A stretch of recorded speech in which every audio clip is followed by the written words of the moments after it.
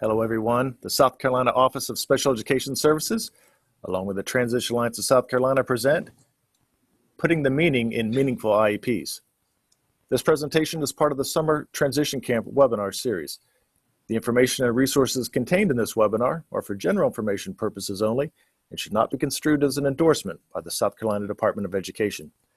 At this time, I'd like to introduce you to your presenters, Dr. Cindy Nixon and Joan Jacoby. Hello, this is Dr. Cindy Nixon at Francis Marion University, and I also serve as a program consultant for TASC. Hi everyone, this is Joan Jacoby. I work for Richland School District 2. I'm a special ed coordinator there. I work with our transition populations as well as our transition specialists. The purpose of today's training is to work with educators on how to use transition assessment data to write transition-rich IEPs. They're going to be based on appropriate transition data. Earlier today, you learned a little bit about transition assessments from Dr. Jennifer Wall.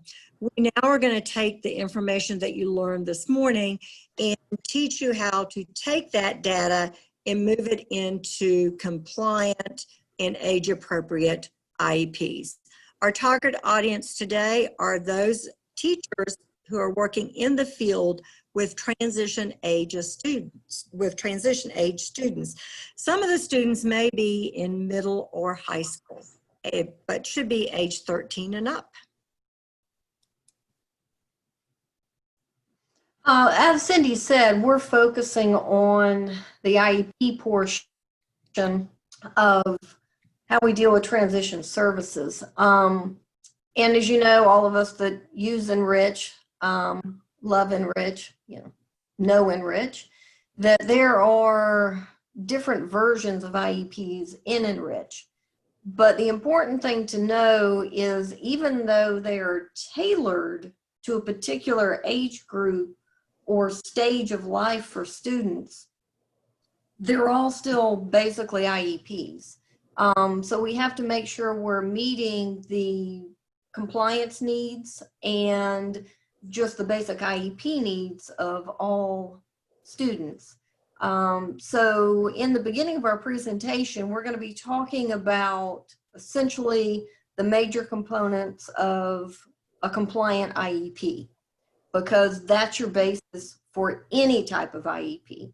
Then we'll look at a little more of, okay, but now how do we take the basics of an IEP and make sure it incorporates the transition components that are required? So that's kind of where we're going to start, with the basics of an IEP, and then move to how does this encompass transition.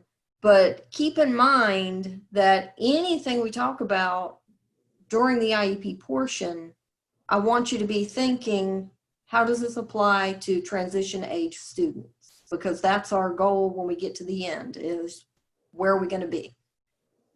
Next, Cindy. So what is the key to an effective IEP? Now, I've been doing a lot of IEP training for a lot of time, and our needs kind of change. Sometimes we'll get audited and I think, we totally missed this part. Or we've been doing great training, but obviously we missed some key points. So over the last few years, I've had kind of a different focus and I've gotten good results with it. So I'm hoping this is a way that you all can use this information to make meaningful IEPs. So what is the key to an effective IEP? What I think it is alignment. And what alignment is does your IEP make sense? And if any of y'all have gone through an audit, many times when you get your findings back and you're found non-compliant, at least in our experience, it is because somewhere along the way, our alignment fell apart. our IEP doesn't make sense. You know, we start with 5 things on the front end and only end up with 3 things on the back end. Or we start with 3 things on the front end and end up with 20 things on the back end. And that's misalignment. So kind of what we need to be looking at is how well aligned are our IEPs? Do they make sense? Are we aligning everything from the front to the back so we build something beautiful? Or do we have crazy components from different things and we just have a mess on the floor? So that's what we're going to look at. We're going to look at, are we building something nice or are we just creating a big mess on the floor?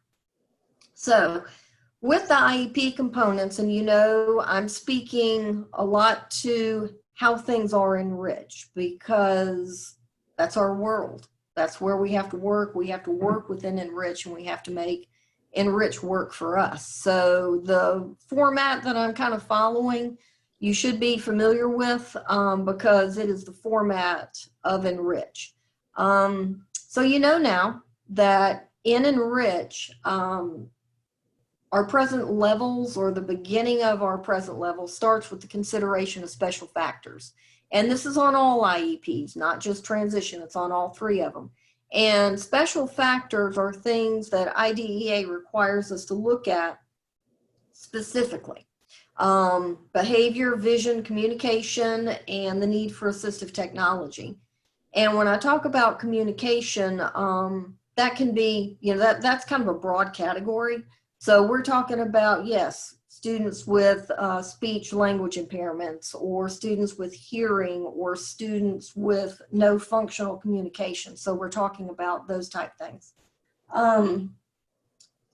We have to look at those specifically in consideration with the other typical IEP findings that everybody, you know, were imprinted on our brain the day we became a special ed teacher, the strengths, the needs, the concerns, all that. We still have to incorporate that, but we also have to begin with the special factors. Go ahead, Cindy. And this is where alignment starts. Many times when I'm reading IEPs and looking over IEPs, getting prepared for meetings, I'll see in the consideration part where, yes, somebody checked behavior.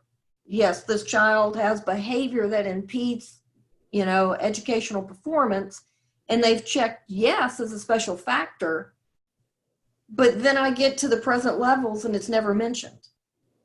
Or I get to goals and there's nothing addressing what we just said was a special factor 2 steps back. So that's what I mean by alignment. If I'm identifying something as an area of need and special factors, then I should be able to track that special need all the way through the IEP.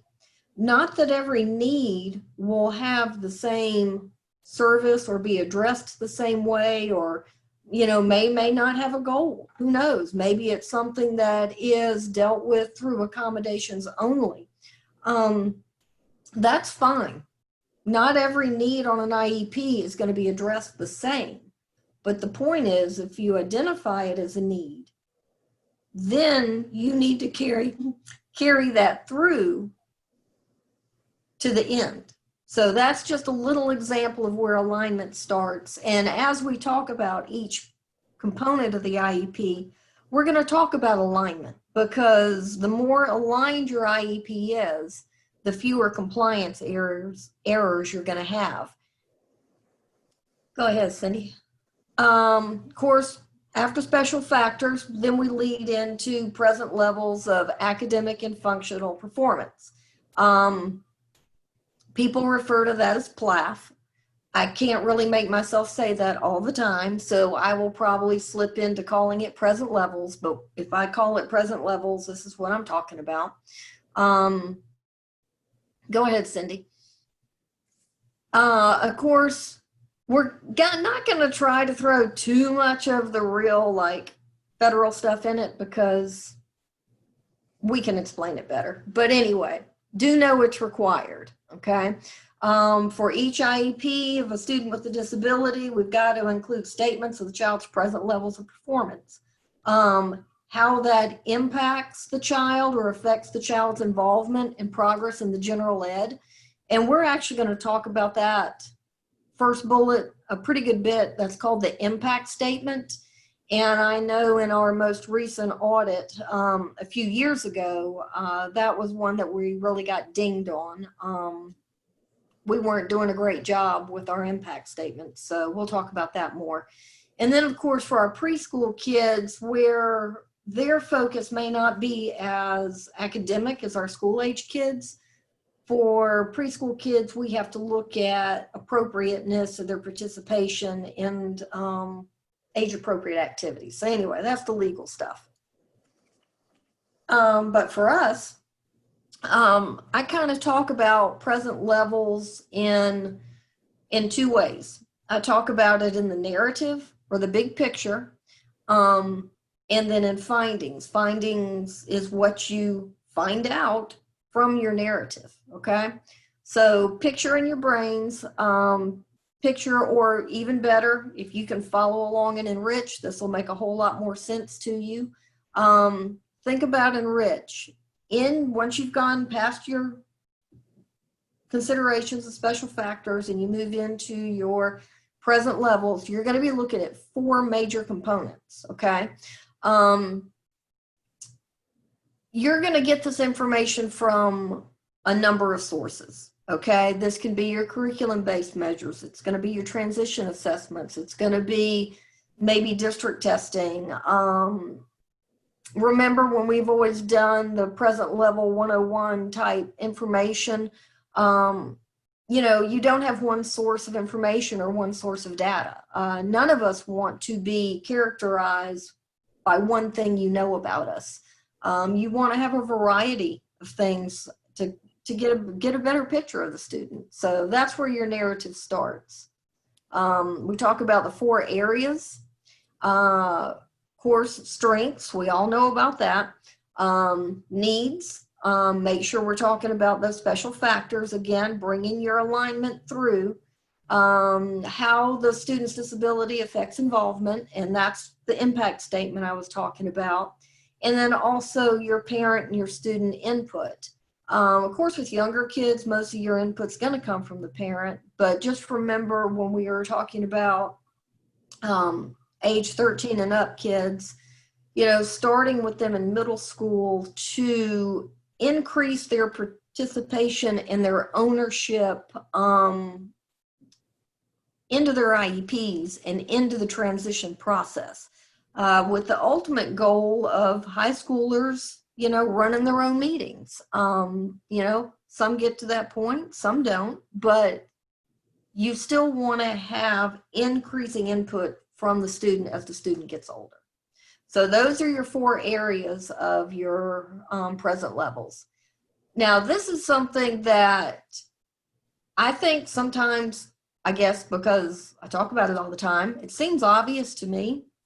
And as much training as we've done, I'll still find IEPs that talk about how nice the kid is, or the other end of that, how bad he is. You know, we'll see, it'll be just like this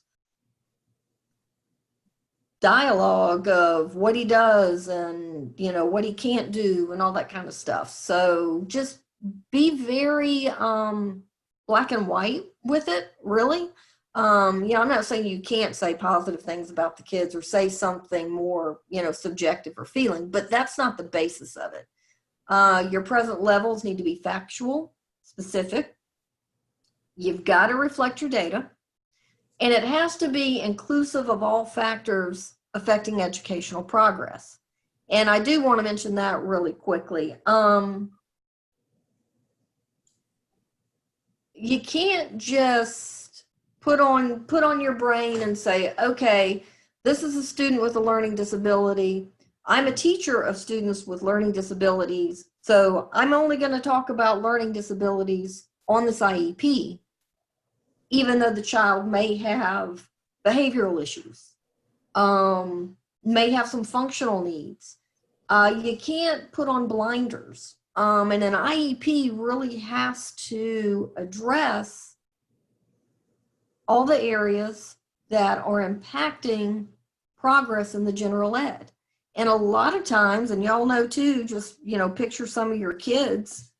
It's not just because the kid doesn't have fluency skills and can't read grade level text.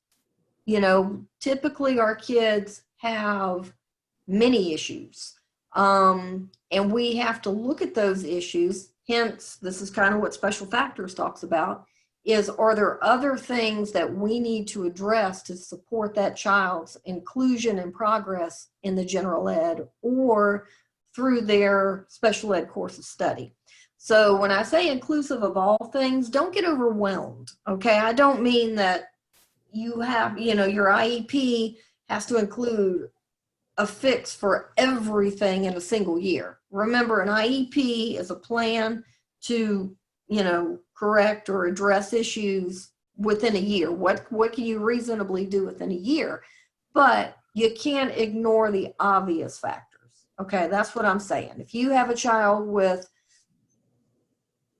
I'll just give you an example. I had a situation once where it was what we used to call a speech-only child. He was primary diagnosis was speech language impairment.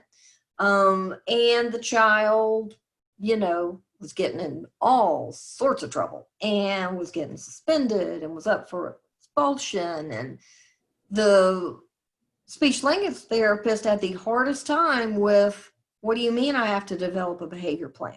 He's only speech. Why would I don't have to do that? And, it was kind of like, that's an extreme example, but it is an example of having blinders on and not addressing everything that can impact educational progress. Now, I get we can't fix everything, but we do have to look at the major factors that are impeding progress, and we do need to address those. And I would like to add one of the comments with what Joan was talking about in terms of listing everything that needs to be included, and it needs to be factual and specific. At the same time, I think you need to remember that the IEP, a copy is given to the student. So when you're writing the narrative, don't make it all bad. Right. You've got to include strengths and weaknesses. And so if you've got that child or that student, that is a high school student, they're in a lot of trouble, attendant, when a parent gets the narrative and all they see is how bad their kid is, it's very discouraging. And so make sure that you include positive, and you may get in a situation where you're like, I can't think of any strengths. There are some. Right. You need to find them, and they need to be in there. Okay, we ready to go? Next slide. Yeah. Okay, so what's the difference? All right, remember, visualize or look at enrich. And I know those of y'all that have been around for a while, remember how we always used to think, why are the findings before the narrative? And that was a switch between Accent, our old program, and the new program, Enrich. But anyway, it never switched. And so we're still looking at our narrative being the big picture, okay?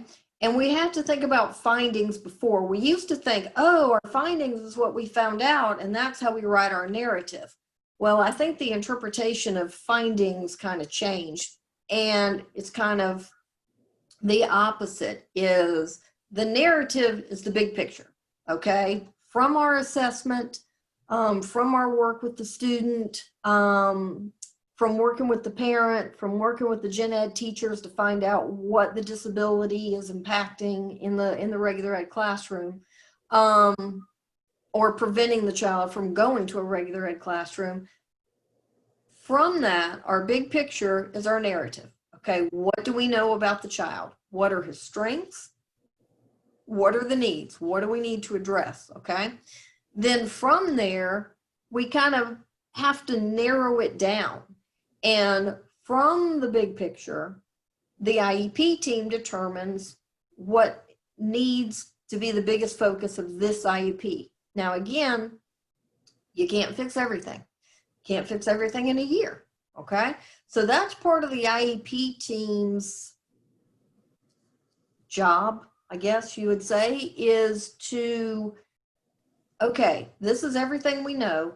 What's making the biggest impact? Remember, that's number 3 in your present levels is number 3, impact, okay? How is this, what we know, impacting the student in the gen ed?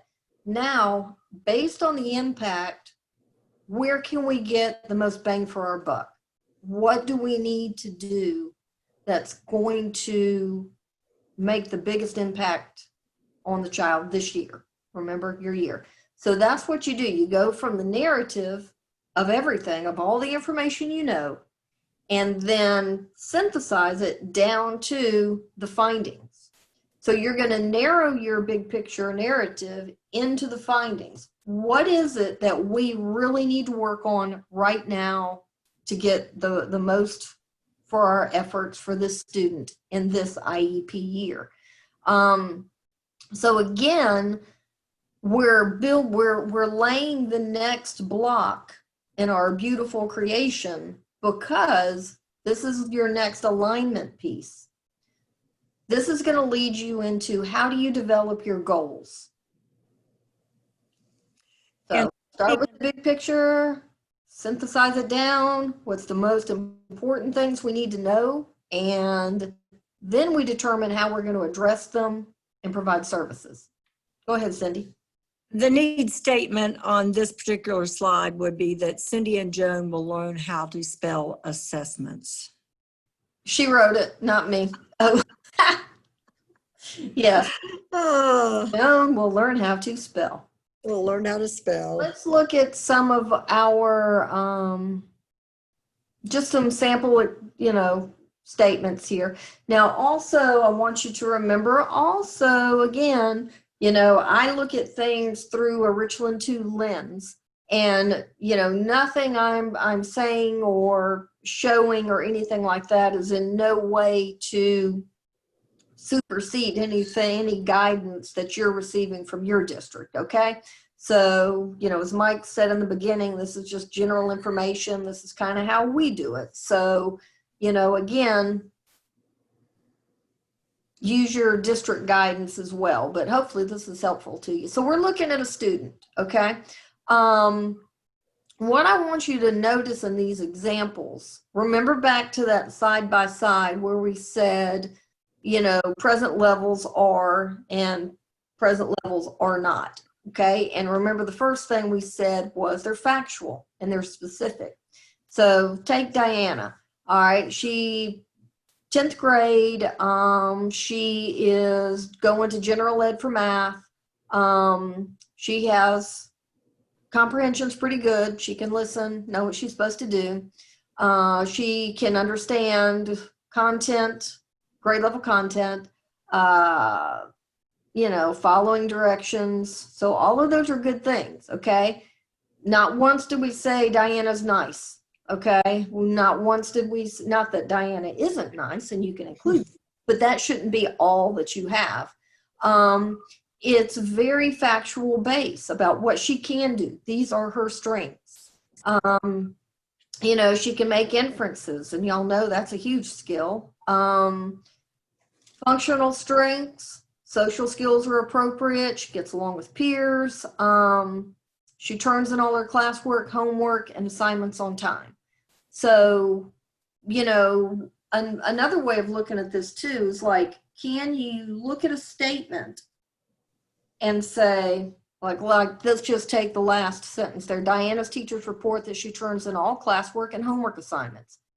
That's a yes or no statement. Okay, so if I'm wondering, does Diana turn in classwork and homework? You can say, yes, she does. No, she doesn't. Okay. Can she follow large and small group instruction? Yes, she can. No, she can't. If it's a yes, it's a strength. If it's a no, it could be a weakness. So, keep that in mind when you're talking about looking at kind of can and can't information. What else we have, Cindy? Some more samples, I think? Yeah. Maybe? There we go. There we go.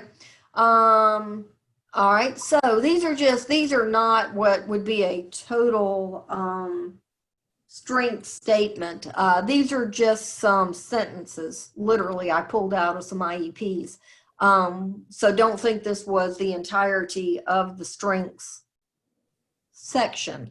I just wanted you to see that these are data driven. They're not opinion driven.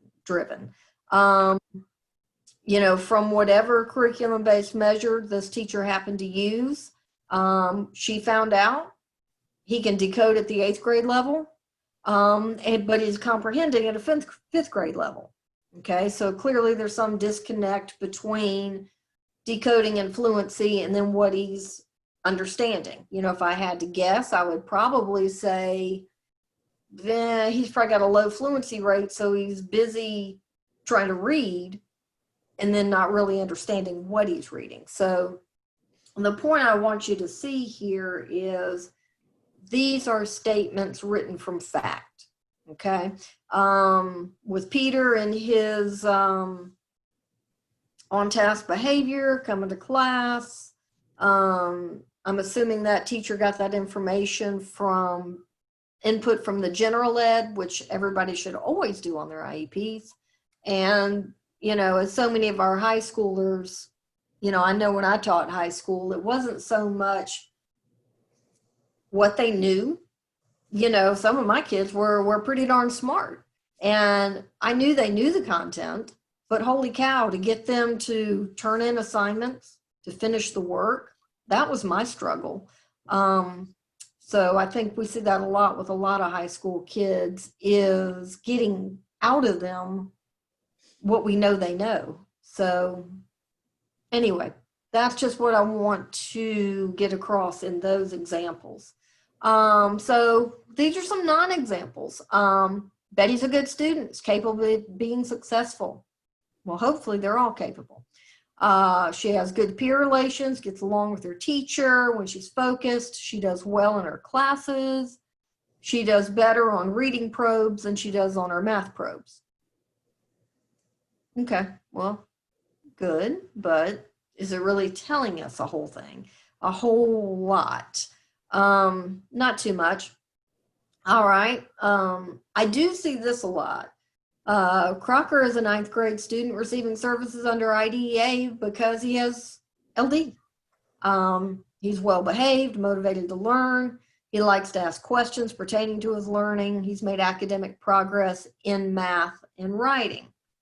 Now, in that sample, you know, I could actually see that sentence, well, except for the LD part. I could see that sentence on an IEP as a strength. But when you get down to has made academic progress in math and writing, I would want the next sentence of that strength statement to tell me what is his progress. You know, Crocker went from, you know, this and this in math to this and this in math. In writing, he went from here to here. You're telling me he's made progress, but I want to see what that progress is. So that could be a beginning sentence, but it certainly couldn't be an independent strength statement. All right, so then we move on to needs, okay? Remember, this is level 2 of your present levels. What is it that we know from our assessments that are needs? In the olden days, we used to call these weaknesses. You know, we would look at the strengths and the weaknesses. Well, now we look at the strengths and the needs. So we're back to Diana. You know, she had certainly some good strengths and a lot to work with. But she does have some things that cause her to struggle. So let's look at these. So she can identify, she's having difficulty with grade level material. My guess is that's very, very, very common. She can identify words in isolation, but struggles to apply fluency strategies to unfamiliar words when reading text. This affects her oral reading rate. slow and labored. So already right there, I can kind of infer if she's struggling with that, she's probably not understanding what she's reading. Okay, so here we have a 10th grade student with an independent reading level at 5th grade. So I'm seeing some red flags. Written expression skills, significantly below grade level, blah, blah, blah. Her writing lacks clear topics, positions, organization structure. Depending on what kind of assessment y'all use, my guess this is probably from like a writing sample, writing sequences. So she's struggling there as well. Okay, so I'm kind of picturing my mind where I'm going with goals already, because I'm seeing, clearly we got to work on her reading level and her comprehension. Also, we're going to have to be working on writing strategies. So you kind of see like where the alignment is going. One thing also I would encourage y'all and try to encourage all teachers to do is when you're doing your needs, a lot of times parents kind of lose focus or maybe not even have the information to start with of, well, what's average for my kid? I've always said special ed teachers are the biggest cheerleaders in the world. Every ounce of progress is great. We celebrate it. Yay, high fives, we're doing great. And I think sometimes over the years, parents kind of get, oh, my kid's doing great. Yeah, we're going on along. He's mastering all these goals. He's doing great. But then when you kind of put in perspective of, yes, but, Diana, this is hers, and she's got 4 correct writing sequences. A typical student in 10th grade has 35 or more. So while we're celebrating the progress that she is making, I think we have to keep a realistic lens on it and explain, why Diana's having difficulty remaining on diploma track, if that's in question, or why Diana is not in the regular ed environment for this particular class and she's being pulled out for direct instruction on her instructional level. So I think some of those things we need to throw them in there because parents have to know where the students compare to general ed peers. So I'm glad to see that sentence in there. All right, so again, these are not complete need sections. They're just sentences, that I would expect to see. And what I want you to notice is how data driven they are. Okay. It maybe tells you, like for John, he can't stay on task. Okay. Especially during large group instruction. Now, a lot of times if needs stop there, okay, well, if I just said John has difficulty remaining on task and attending to the teacher during large group instruction, I don't know how big of a problem is it? Is he distracted twice in a 55-minute period? Well, to me, that's pretty good because I'm probably distracted 80 times in a 55-minute period. So if a child only has, 2 off-task episodes, is that really an issue? Do we really need to focus to improve that? But unless I have data to work with, I don't know how big of a problem it is. And, when we're talking about, keeping in the lens of looking at our transition age kids and kids that you might be trying to place in a work environment, in a work site based training program, or just off into a community experience. Well, being on task is going to be a huge issue. So if we can't get time on task to increase, that student isn't going to have really great experiences in the outside world. So we want to look at that. So in this particular time, and probably this teacher did observations and frequency counts In a 15-minute period, John's attention was focused on other students or things on his desk 12 times. Okay, so basically in my mind, that equates to John was never on task at all and isn't going to make a whole lot of progress.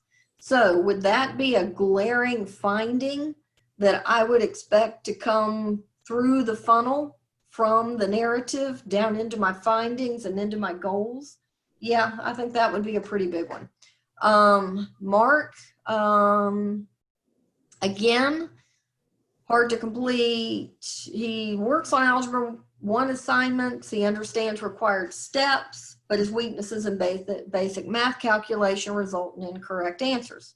Okay, that's a pretty typical problem. So, but where's my data? Okay, so I've got a statement, but I need data to follow up with that statement. So in a work sample of 15 linear equations, he missed 12. Looks like we got 12 and 15. Pretty popular here. He missed 12 due to errors in multiplication and division. Okay, again, think of that information in my big picture. That's probably something else that would come through the funnel and come out the other end in my findings of something that I need to identify and I need to work on. Okay, so I hope you kind of get the gist of what I'm going at. You can't make a statement and leave it as just a statement. You need to have something factual to back it up with, because your facts are going to tell you whether it comes out the other end of the funnel or not. Y'all can kind of read those on your own. Again, knowing high school people, that rate of assignment completion, that's just a biggie, you know, and that's the information that you can get from, you know, talking to the regular ed teachers, sitting down with the regular ed teacher in their grade book to say, okay, you know, over this week, how many assignments were due for grading? How many did Peter turn in? You know, that's where you get kind of that information. And I can't stress enough the regular ed teachers' participation in your IEP meetings, because again, this is the information they need to be sharing. Okay, the special ed teacher, yes, you're going to have information about the, you know, your content areas and what you're working on. But if we're talking about students' progress in the gen ed, the regular ed teachers need to speak up and provide this information. There are plenty of times I've been in IEP meetings, and honestly, the regular ed teacher didn't say anything until I said, you know, Mrs. Nixon, do you have anything to add? Or Mrs. Nixon, can you tell us, you know, are you seeing problems with Peter turning in assignments? You know, if so, you know, on average, you know, what's it look like? How often is he turning it in? So sometimes you might have to elicit, you know, this information from the gen ed teachers. So anyway, hope that helps showing how we want to do things. Here are some more of your, you know, they sound good, but then when you stop and say, oh, what did I just read? Or what am I supposed to think of this? You know, on this one, and, you know, these have come off of IEPs that I have seen. I didn't make them up. Talking about Noah's comprehension, he earned 12 points, which places him at the 7th percentile. He needs 18 points to be at the 25th percentile, which is about grade level. They're much higher when he has stuff read to him. His weakness and fluencies impact. Again, what is his fluency supposed to look like? So you kind of get the gist there. Is sometimes we can make it sound really good and really knowledgeable, but if you sit back and you look at it, do you really know what you're supposed to teach the child, or what you're supposed to focus, or where would you go with creating a goal for some of this stuff? But keep in mind, this is kind of what we talked about with the big pictures, and you identify what's impeding the educational process. many things may impede.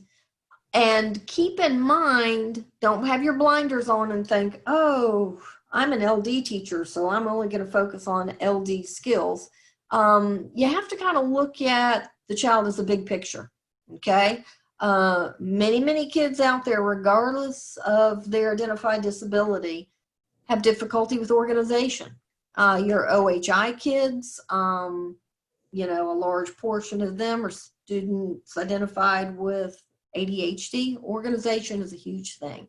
When we move up into the upper grades, study skills become a problem. So this just kind of shows you that you can't just keep in mind one area of the child. We really kind of need to look at everything that's going to potentially impede educational progress and the participation in Gen Ed. And the IEP team determines which ones will make the biggest impact and need to be worked on. And hopefully with your session with Jennifer on assessment, you will have picked up some good ideas on assessing the different areas that we have listed below so that you can use those, as Joan was talking about. And additionally, on Thursday, we have 3 different speakers that will be talking about strategies for self-advocacy, time management, daily living skills, study skills, soft skills, and those types of things. So as Joan said, do not forget these areas. They are very important in working with our transition age students.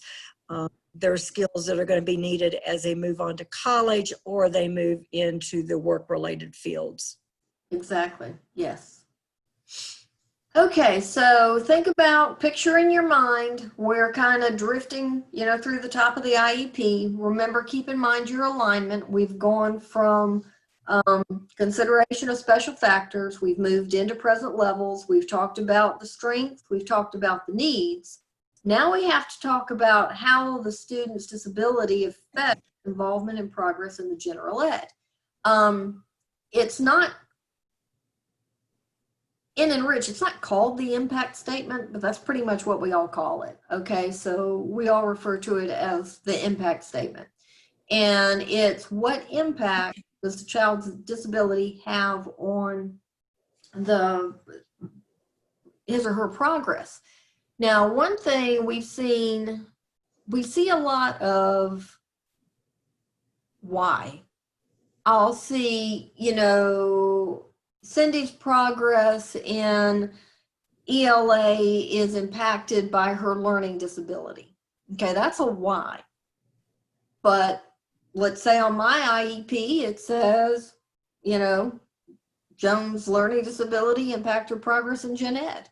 Okay, well, I can tell you my learning disability and Cindy's learning disability could look totally different in the classroom setting. Okay, we aren't going to look the same in that class. We're not going to have the same problems in that class. So you want to focus on how it impacts, not why it impacts. The entire IEP talks about why, because this is a child with a disability. It's the how part. What does it look like? Okay.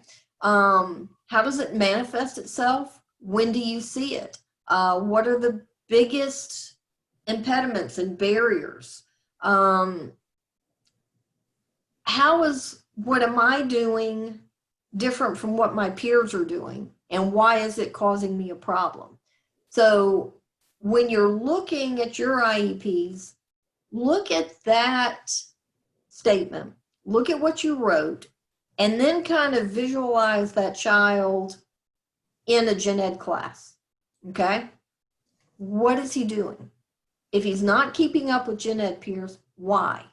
So you're looking at the how, not the why. I think we got some samples here we can look at. Cindy? All right, here we go. This would be an impact statement. Diana cannot independently read textbooks. Okay, that would be one. Her fluency rate is poor. She's unable to keep pace with her peers. She needs extended time and reading support to complete assignments. That might look different, you know, if she's not, when you're visualizing her in class and she's not finishing her assignments, or the whole class has spent 15 minutes reading a passage and now they're having a discussion, but Diana's still reading the passage. That's what it looks like. She's not keeping up. She's not doing. Her written expression skills, we know that was a problem from her findings. And we can see that if she is turning in a written assignment based on what she's read, it's probably looking very poor and not conveying her knowledge very well. So you're looking at what it looks like, okay? Not just that it exists, but what does it look like? Larry, he's got problems with vocabulary and reading comprehension as well. He can't keep up with instruction. He understands if it's a group assignment or it's something done out loud and he's heard it or it's been read aloud to the class, he gets it. But where he has issues is when it is here, independent work, go read chapter 12 and then, you know, do these questions or write a summary on chapter 12. That's where he loses it. And he also has anxiety during tests and quizzes. And this is probably because Larry knows he can't keep up and he can't keep up with the material and he's not prepared for what's on those tests and quizzes. So again, you're getting more of the how it looks as opposed to, hey, Larry can't keep up because he's ADHD and, you know, he's not on task. And then to remember, you know, other students with hearing losses, again, their impact is going to look different as well. So you want to, you want to focus on what it looks like and the how it impedes the learning, not just the why. What you got, Cindy? All right, so here are a couple more. I'll let y'all read those to yourselves, but hopefully when you're envisioning these kids in a gen ed class, you can see where the child is struggling. Okay, this is something common. I see this a lot. Reading skills are 4 grade levels below level. He has a learning disability. He needs the support of special education services to be successful in his education. Okay, I mean, that's kind of a given, okay? But it really doesn't tell me how. Again, this is a why. It's a why because he's LD and he needs special ed, but it doesn't tell me specifically what it looks like. And I'm harping on that because remember our alignment arrows. These impacts in the gen ed, you should have a little bell going off in your head. What's coming up in the IEP that addresses the impacts in the general ed? I'll let you ponder on that. We'll be getting to it. But think about it. This is part of your alignment, okay? You're following the alignment, and so your part of the impact statement is the block that's being put in place for something that's coming up big time and a little bit here. So you got to get that foundation piece in place, and describing the impact in the gen ed is your foundation piece. All right, so parent-student input, this is pretty self-explanatory.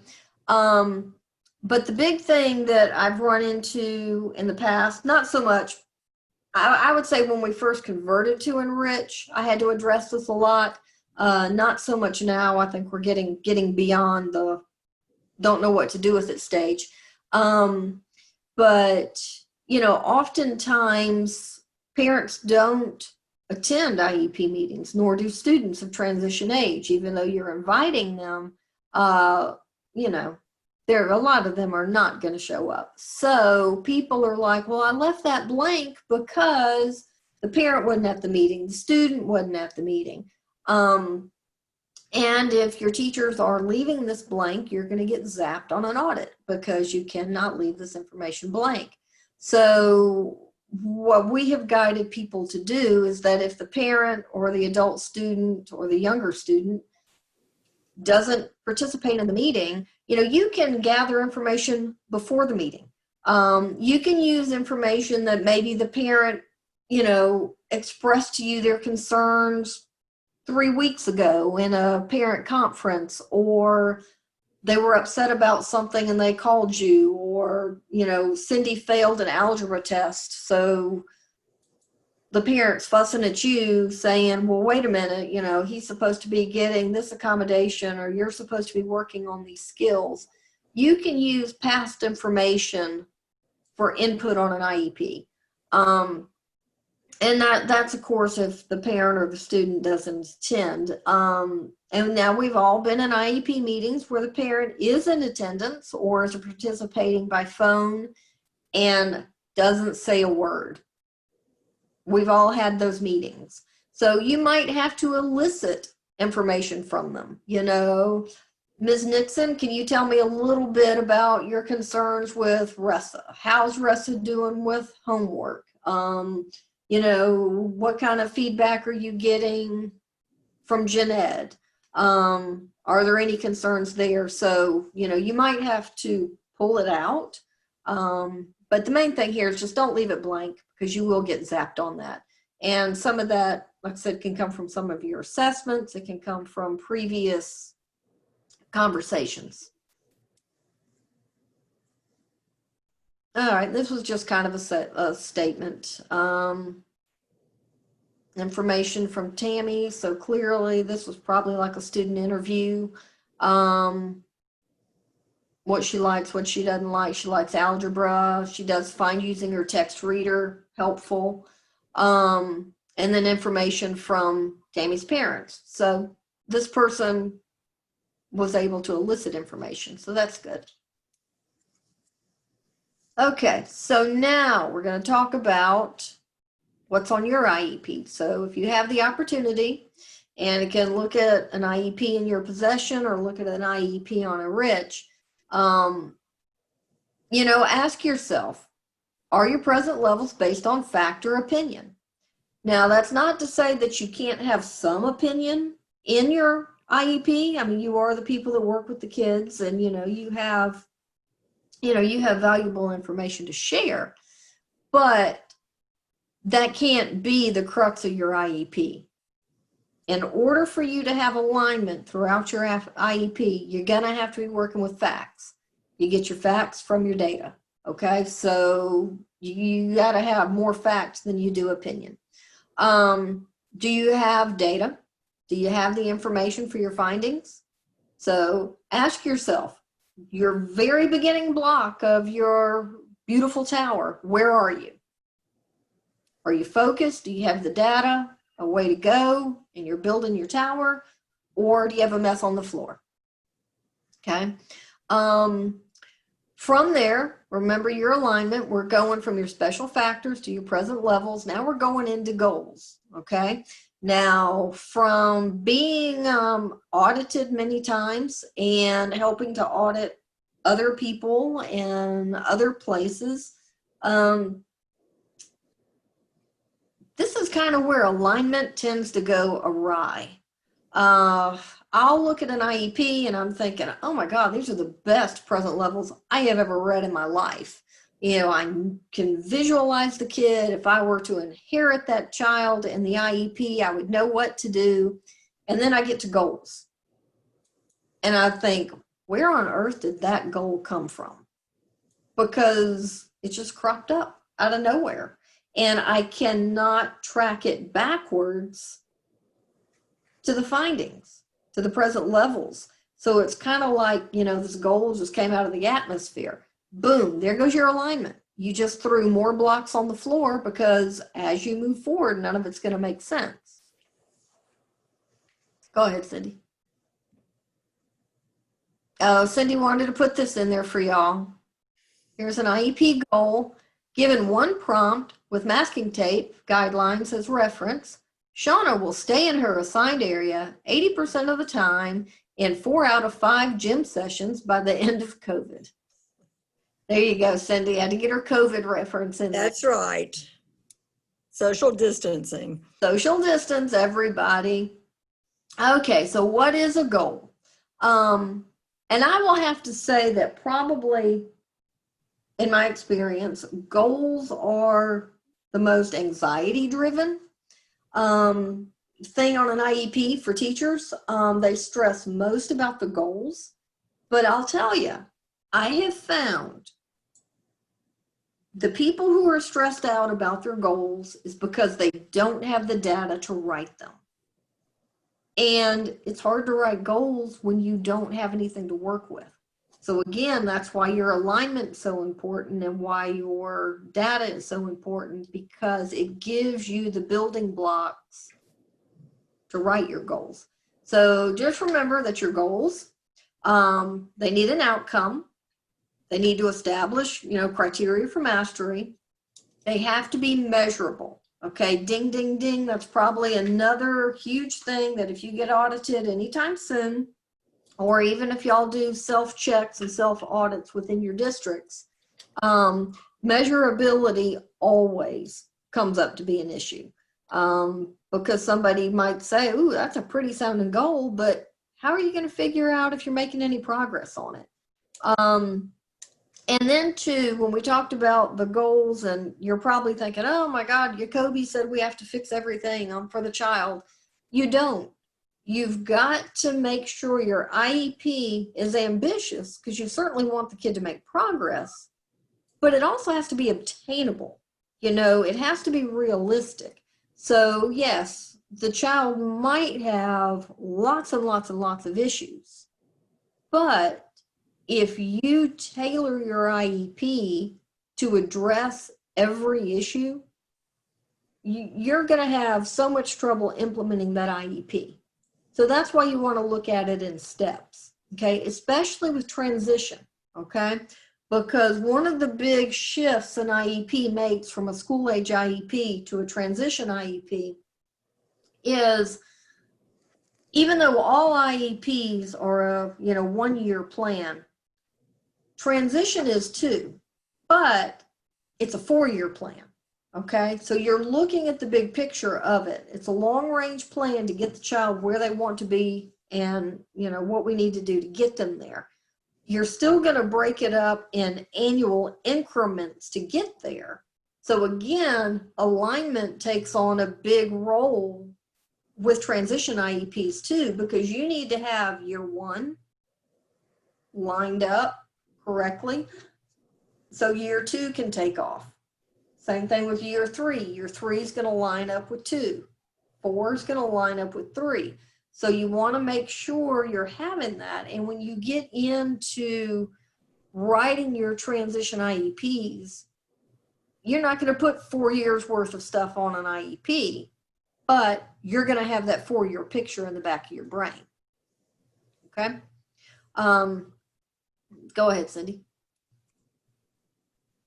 I was going to mention something else back there, but I can't remember what it was, but I'm sure it will pop in my brain. Okay, common errors on IEPs. No specific skill identified. That was, and I'm speaking from experience here. I can tell you what we got zapped on in an audit. Not identifying a specific skill, okay? No measurability, okay? Well, some people think measurability just means those last few words of a goal, and how are we going to measure it? But it's more than just the last 3 words, as measured by blah, blah.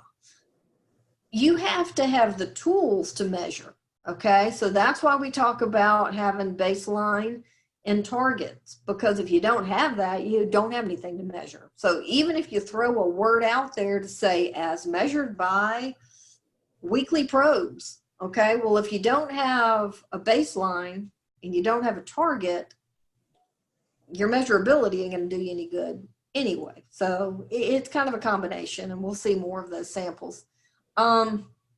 Goals that don't relate to anything noted in the present levels. This was the one I was telling you about. I can read some beautiful present levels, and I think, oh yeah, I've got that kid pegged. I know where we're going. And then all of a sudden I get to the goals and there's a goal like for something never mentioned before. So that's an issue. And then things that can be measured. It's interesting. Sometimes we'll get into things. I know Cindy's got an example of this, but you'll see sometimes, Cindy will increase her understanding of A, B, C, D, E. Okay, how do you measure understanding?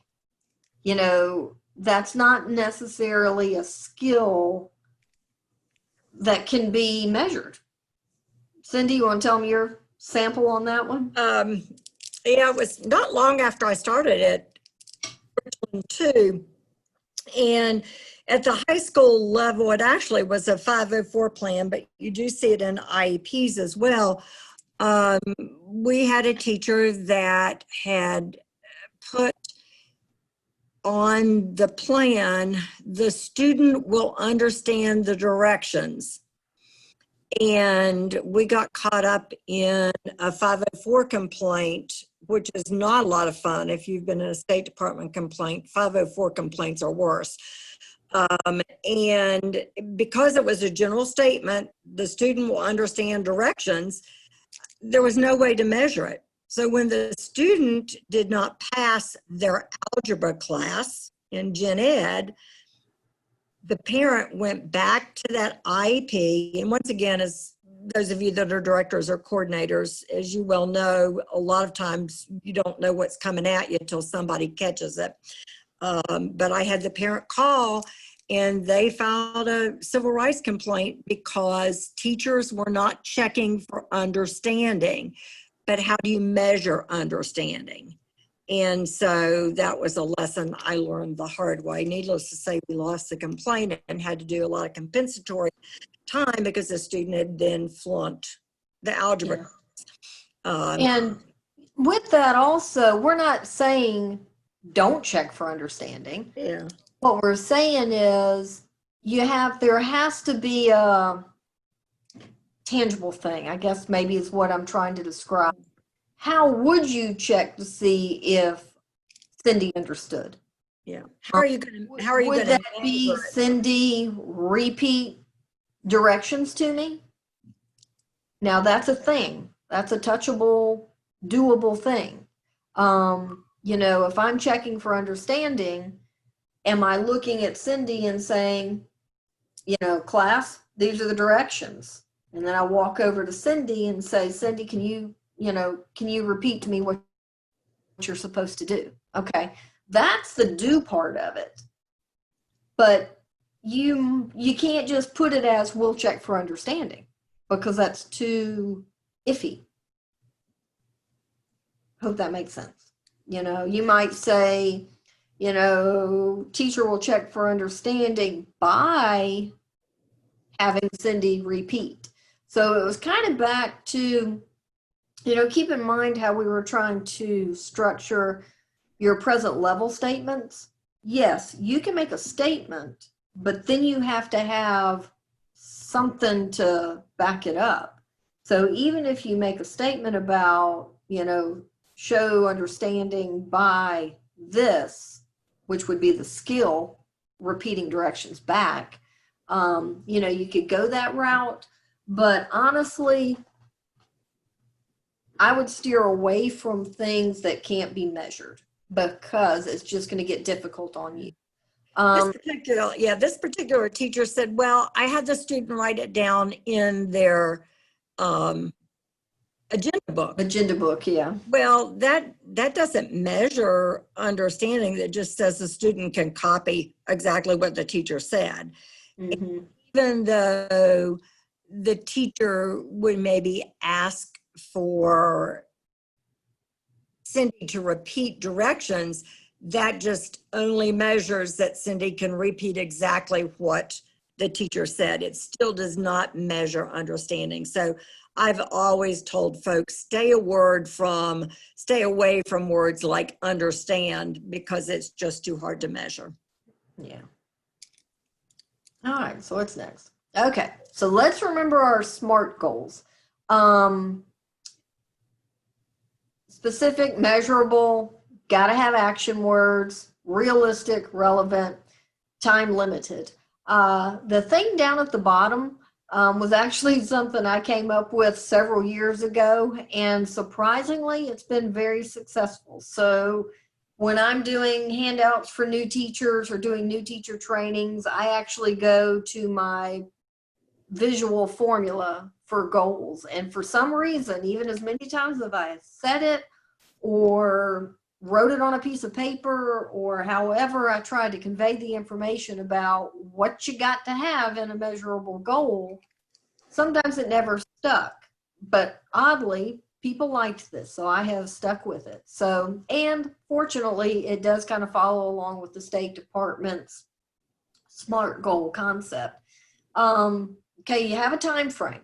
Now, many times on IEPs, you'll see by the end of this IEP, but remember, your time frame may not be a whole year. When you're dealing with high school kids, many times their schedules completely change from semester to semester.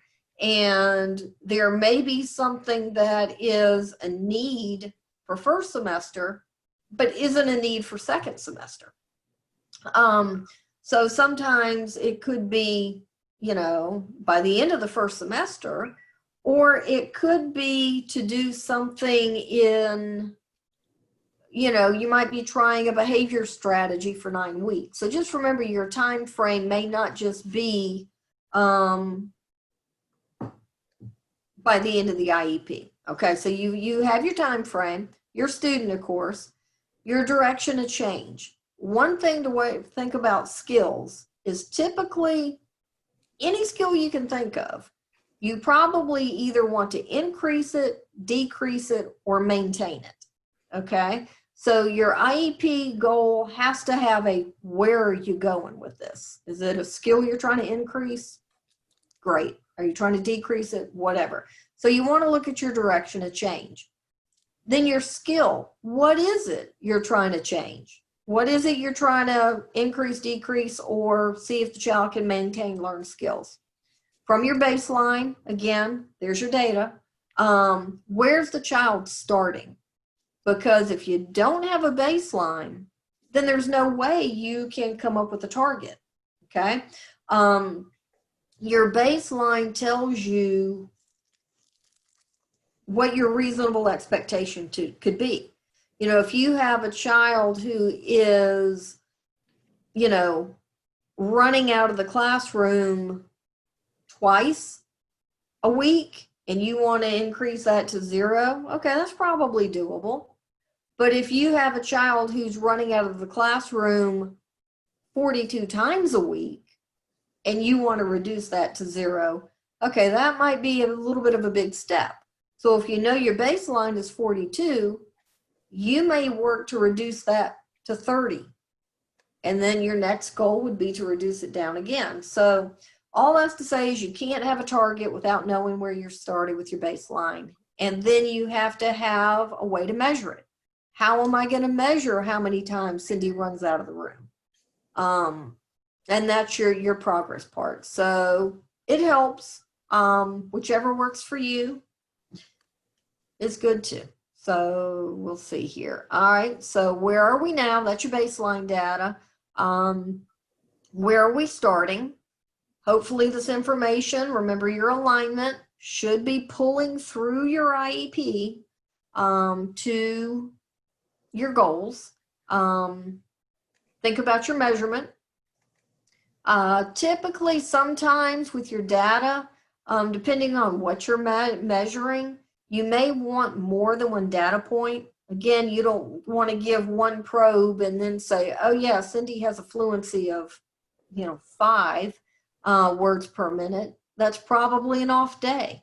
You typically want to try it a few times and then say an average of is usually a better estimate. And then what I had earlier said, you really can't have or judge or determine an appropriate target unless you know where you're starting. So again, audit red flag. Many of our goals were dinged because we had no baseline. We had targets, we knew where we wanted to go, but we had no baseline. And without the two, the goal's not measurable. Go ahead, Cindy. One thing I want to talk about just very briefly, because this was something we had to address with our teachers, is confusing terminology. And some of the problem was using percentage and percentile. And we would have goals that would say a student is moving from this percentile to that percentile. In that situation, what you're doing is you're developing a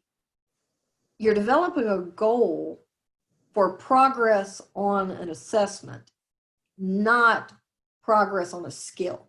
Okay, so we had to work with our teachers a lot about taking that wording out. Percentiles are used as a comparison of how Cindy performed in contrast to other students who took the same assessment. So if I said, oh yeah, Cindy's in the 60th percentile for whatever test they took, that means Cindy did better, the same as or better than 60 out of 100 kids that took the assessment, okay? So that's not really showing skill progress, okay? You can use percentages, you can use trials, you can use opportunities. Those are what are going to show you growth on your IEP goals. That's going to show your progress, okay? Percentile is good to explain to parents to say, hey, this is where Cindy compares to typical 3rd grade kids, typical 9th grade kids who took the same assessment. Okay, so I just want to throw that in there because I know we've had to address it a few times. All right, so here we go. Let's just look at a few of these really, really quick. If you see the goal formula and you look at the different components of that, some of these goals, Ashley will integrate various cues and strategies to comprehend what she reads. Honest to God, that was a goal. Number one, I wouldn't even know what to look for, but if you compare it to the goal formula, just kind of work through those and think, what's missing? My favorite was a one about, similar to the one about Jones' goal down here, make a B in social studies. But I've seen on an IEP, you know, Cindy will pass Algebra 1. You know, those are not skill-based goals. So just keep in mind that if you follow the SMART formula or you follow this visual formula, you need to have all those components in your goal. Cindy, there you go. Here again, these are just activities that you can work through on your own. And say, hey, do these measure up? Do I have a time frame? Do I have a direction of change? Do I have a specific skill? Do I know where I'm starting? Do I know where I'm going? And do I have a method of assessment to figure out if I'm making progress? So y'all can read through those and decide. Grade those, yes or no. All right, so if you're working together or you're working with a group of friends or you're looking at some of your own IEPs, apply the goal formula or apply the SMART goal formula. How about your alignment? That's my big thing. Can you trace your goals back to supportive data in the present levels? So that's a little activity you can do on your own or with the group that you're training or working with. So, whoops, wow. All right, so we're on again. We're on that alignment train. Remember how when we were back in present levels and I kept talking about how it's important to have a good impact statement so you know how the disability is impacting the student in the classroom? Well, the reason why is because that's your next step in alignment. what do you need to do or consider for classroom accommodations to address those disability impacts? Go ahead, Cindy. All right. So will your accommodations be your next building block, or will they add to the mess on the floor? Make sure you're keeping an eye on your alignment. And Cindy can attest to this, but accommodations can be tricky, and they can be the basis of potential trouble. A lot of times if accommodations get on an IEP that aren't really needed, but they get there somehow, teachers tend not to do them. Then when things go wrong, it's like, well, you weren't doing this accommodation. And, you know, the teacher's response is, well, he really doesn't need it. Well, you know what? If he really doesn't need it, then it probably shouldn't be on the IEP. And if it is on the IEP, he needs to be getting it regardless if you think he needs it or not. You also can, with accommodations, and I use the example of my daughter a good bit when she was at Blythewood High School. Accommodations can be very specific. This may be on the next slide. I probably am getting ahead of myself. Oh, that's okay. Yeah. She was LD in math. So, and at the same time with math, kind of went with science as well, and some organizational type issues. She was an excellent reader. She didn't have any trouble in ELA and comprehending and those types of things. So her accommodation was extended time on math and science tests. She did not need it for assignment. She could get her work done on time. She just simply needed, if the test was a large test with a couple pages, so you have multiple choice, short answer, and matching, then she needed additional time, and she needed it so that it was all multiple choice, and then she moved on. So we were very specific. She did not need the buffet table of accommodations. So make sure, you know, people run off a page that they get on the internet of accommodations, and kids don't need that. Once again, if you have a student and they need it strictly in one thing, then designate that. All kids do not get that buffet table of accommodations. One of the other things when I was in Richland too, when a parent would sit down in a meeting and say, well, I want my child to have these 25 accommodations while they're in high school, you know, because they're going to Harvard as soon as they graduate. One, I don't think it's possible for a teacher to do 25 accommodations, maybe so, but you're sitting there and teachers are kind of rolling their eyes at the IEP meeting. So you can also, on that accommodation, you can make them time sensitive. And once again, you know, even when Ressa had her IEP meetings, sometimes the teachers say, oh, just let her have extended time on everything. No, she did not need extended time on everything. And they're like, well, let's try it out. Okay, fine, but we're only going to try it out for 30 days and then we'll come back and talk about it, because I knew that she didn't need it. So you can also make accommodations time specific if you want to try them out and see if they work, because in many cases kids get a lot of accommodations and they don't make a bit of difference. It doesn't help them, and so just keep that in mind when you're doing accommodation. Right. And we're probably getting all out of order in this accommodation, but I think Cindy and I both know that, you know, if you're going to run into problems, it's probably going to be in this area. And I'll just throw in kind of my little 100% Jacoby personal thought here is extended time. I cannot think of a worse accommodation for kids. You know, if you have kids who have time management problems, the worst thing you can do is give them more time to manage.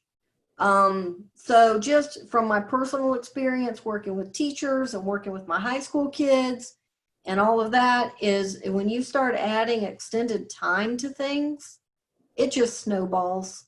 And I just found that there are, I'm not saying you can never do it, and then sometimes it's probably very appropriate, but that extended time and small group, and there are some that are like standard, like you see on every IEP that you ever look at.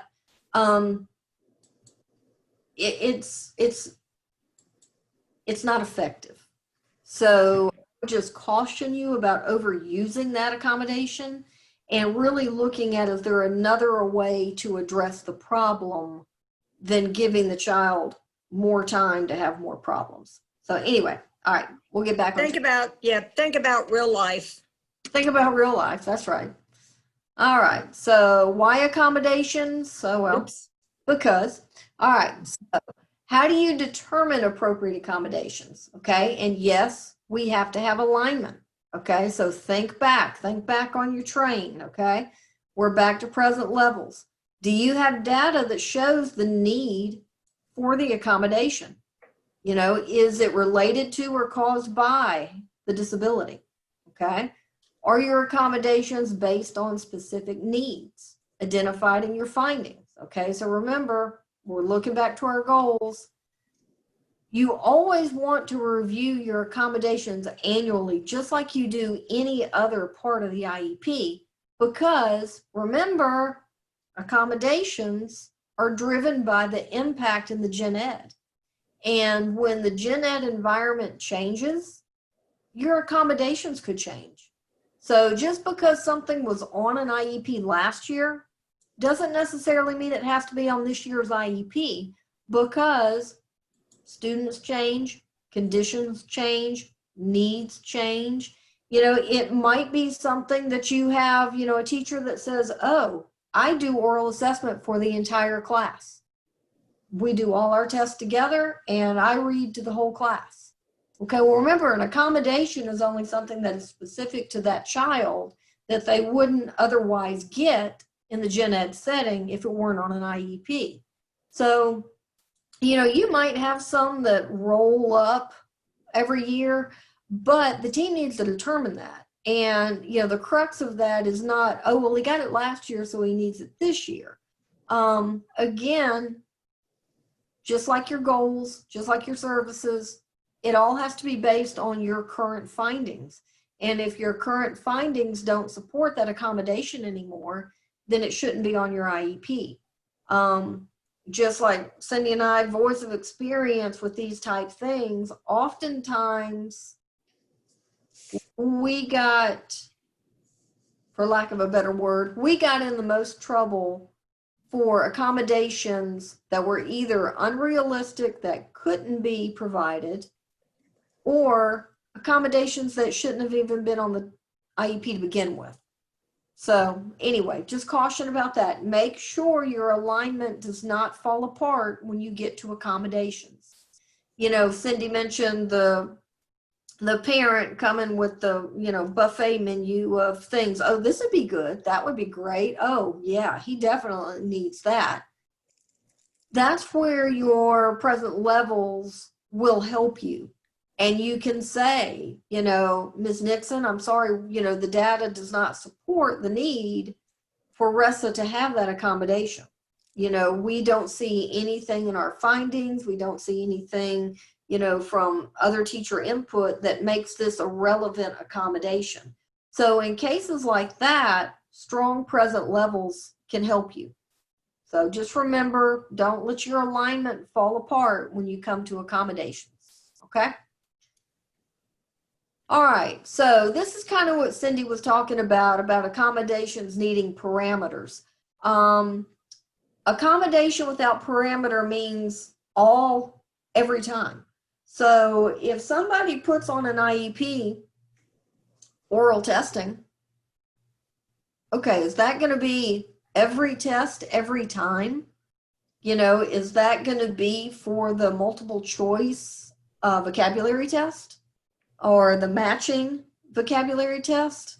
Probably not, okay? So you want to have parameters. When should it be used? Where should it be used? To what extent? So if it's something that's only applicable for a certain class, then you say, hey, in science and math, Cindy can use a calculator because you're not focusing on calculation, you're focusing on application. So you just want to have some parameters there so they don't just get blanket statements where somebody has to do it all the time, every time. Okay. And I think as you're doing accommodations at the high school level, I think you also have to remember where are these students going after they exit school, after they graduate? Are they going into the world of work? Are they going into a university? And being at a university, the buffet of accommodations doesn't always work. And the goal for these students is to become independent. And so I think as you accommodations as it relates to transition, we have to think about where are they headed and how are we going to make them as independent as possible. Right. One that works in industry, or he doesn't anymore. I mean, he's retired, but when he did work in industry and he worked in as a plant manager, an accommodation for extended time was not going to be an option. It wasn't, you had to report to work at 8, and he didn't get a late start, those types of things. So always think about with transition and accommodations, what's realistic for the adult world, for colleges, for universities, and work-related places. All right. So remember about your accommodations. Just make sure they are reasonable. Please be careful about adding accommodations that are just there for testing purposes. And I know from being in high school, that's a struggle because parents want ACT, SAT, PSAT accommodations, but it's nothing the kid has ever used. That accommodations are based on the child's routine instruction. If a child is getting accommodations in their routine instruction on a regular basis, then the team can consider that for testing accommodations. But you can't just throw things in the accommodation section that aren't going to be used in the child's routine instruction, but are there for the just in case when we get to the state testing part. So do be careful of that. We do see that a good bit. And, I know it's difficult when you're in a meeting and, trying to get through and not have a big issue with the parent. But again, that's where your data is going to help you. Remember, accommodations shouldn't give undue advantage. I see parents that want on their IEPs and accommodations that students can retake a test until they make a B. Okay, well, nobody else gets to do that. That would be an example of undue advantage. Now, could you better do, if Cindy makes a failing grade, your scores below a 60 on a test, she gets one opportunity to retake it. Okay, that could possibly be a reasonable accommodation, but just to have it open-ended that Cindy can keep taking that chapter 2 test until she makes a B on it. Again, like Cindy said, real life and on the job and in employment and in secondary education and training, you honestly think somebody's going to let somebody just keep trying until they eventually get it? Probably not. So we want to be realistic about it. Also, that part about being realistic, you got to remember who is supposed to be providing these accommodations. What we do in the special ed classrooms, that's special ed service. That's what we are doing. Accommodations are what should be taking place in the general ed. And the general ed teacher should be providing these accommodations or allowing these accommodations to take place. You might have input or help from the special ed teacher, but when it comes down to it, these are accommodations for the gen ed. So is what you're recommending realistic for a general ed setting and for a general ed teacher to do it consistently? That's why, again, it's important that regular ed teachers can't sit through meetings and not have an opinion or have any input, because basically the team is deciding what they are going to be doing in their classrooms for this particular child. So it's important they know what's going on and they have input for it. Go ahead, Cindy. All right, again, here's another little self-check, and you can do on your own, looking at your IEPs, or it's even better, because sometimes when we read what we write, we think we're reading what we're saying, but what's on paper is something different. So sometimes these activities are better to do with somebody else. Give each other one of your own, your IEPs, and see if they can do the alignment check. Are your accommodations, do they have a path back to supported information and present levels? Is there a goal that is addressing the skill deficit that is making the accommodation necessary? Okay, that's a big thing too, is we're putting all these accommodations on the IEP, but yet we don't have goals to improve the skills that are making the accommodations necessary. So that's part of alignment too. Are we working on the problems that are making the accommodations necessary? Again, so how are we doing? Think about your alignment. Are you still building your beautiful tower, or are you just adding to the mess on the floor? Okay, so probably all of y'all are wondering, are we ever going to talk about transition? Well, we are, and we have been, because all of the things that we've talked about on the IEP apply to transition too. You've got to have those milestones. You've got to have the data. You've got to have the information. You've got to have the goals, the accommodations. All of that does transpire. You just have to kind of look at it through the lens of transition. And the basis is going to be what y'all talked about in your earlier session, is the assessment. You just don't do transition assessments in isolation and let them sit there. Okay, you do what you do with everything else. What did you do with your reading findings, your math findings, your behavioral findings? What did you do with that information? Well, hopefully you wove it into the IEP. Well, you do the same thing with the transition assessment. Okay, you just have to weave it into the IEP like everything else. Go ahead, Cindy. Okay, so that's the federal definition, or part of it, but basically what it's saying is you have to consider transition on an IEP. Y'all can read that on your own, okay?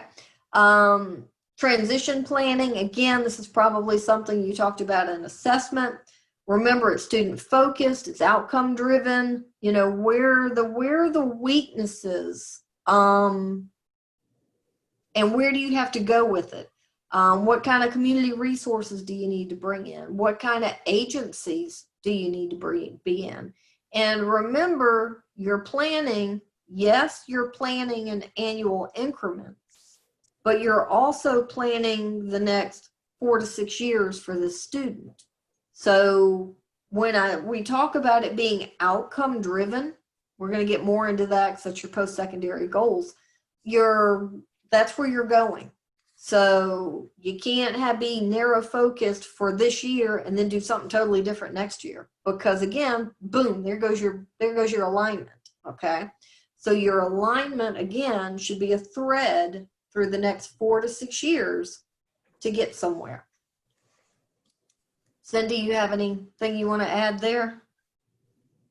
Let me go back a second. Or just in transition in general? Yeah, I think the biggest thing I would add is, once again, during the morning session,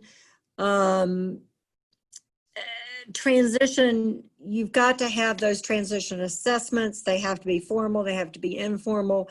And it's really important to take what Jennifer shared with you in the morning and move it into this section. It has to be planned out. I think with the structured planning here, it needs to be detailed. Agency linkages are critical. And with the community, of course, we are not quite sure at this point in time what that's going to look like. And that's kind of an unknown for all of us right now. But I think that student focus and outcome driven with assessment and structured planning, those are real important for those students. I mean, Yeah. And really all of that just lends it, to the 4 and 6 year plan. And if you're not looking that far out, then it's difficult to build blocks that line up. All right. So your requirements. Okay. I think pretty much y'all all know this. In the state of South Carolina, it is 13 and up. But what I want to point out is a lot of times, I can't tell you how many times I get emails going, John, I created a school age IEP, but it really should have been transitioned because it was a 12-year-old when they started it. But during the life of that IEP, that child is going to turn 13. So it's not just, boom, you turn 13 and let me go write a new IEP. Unless your district tells you that's what you're going to do. But with us, our rule of thumb is if a 12-year-old is going to turn 13 during the life of that IEP, then you go ahead and develop a transition IEP.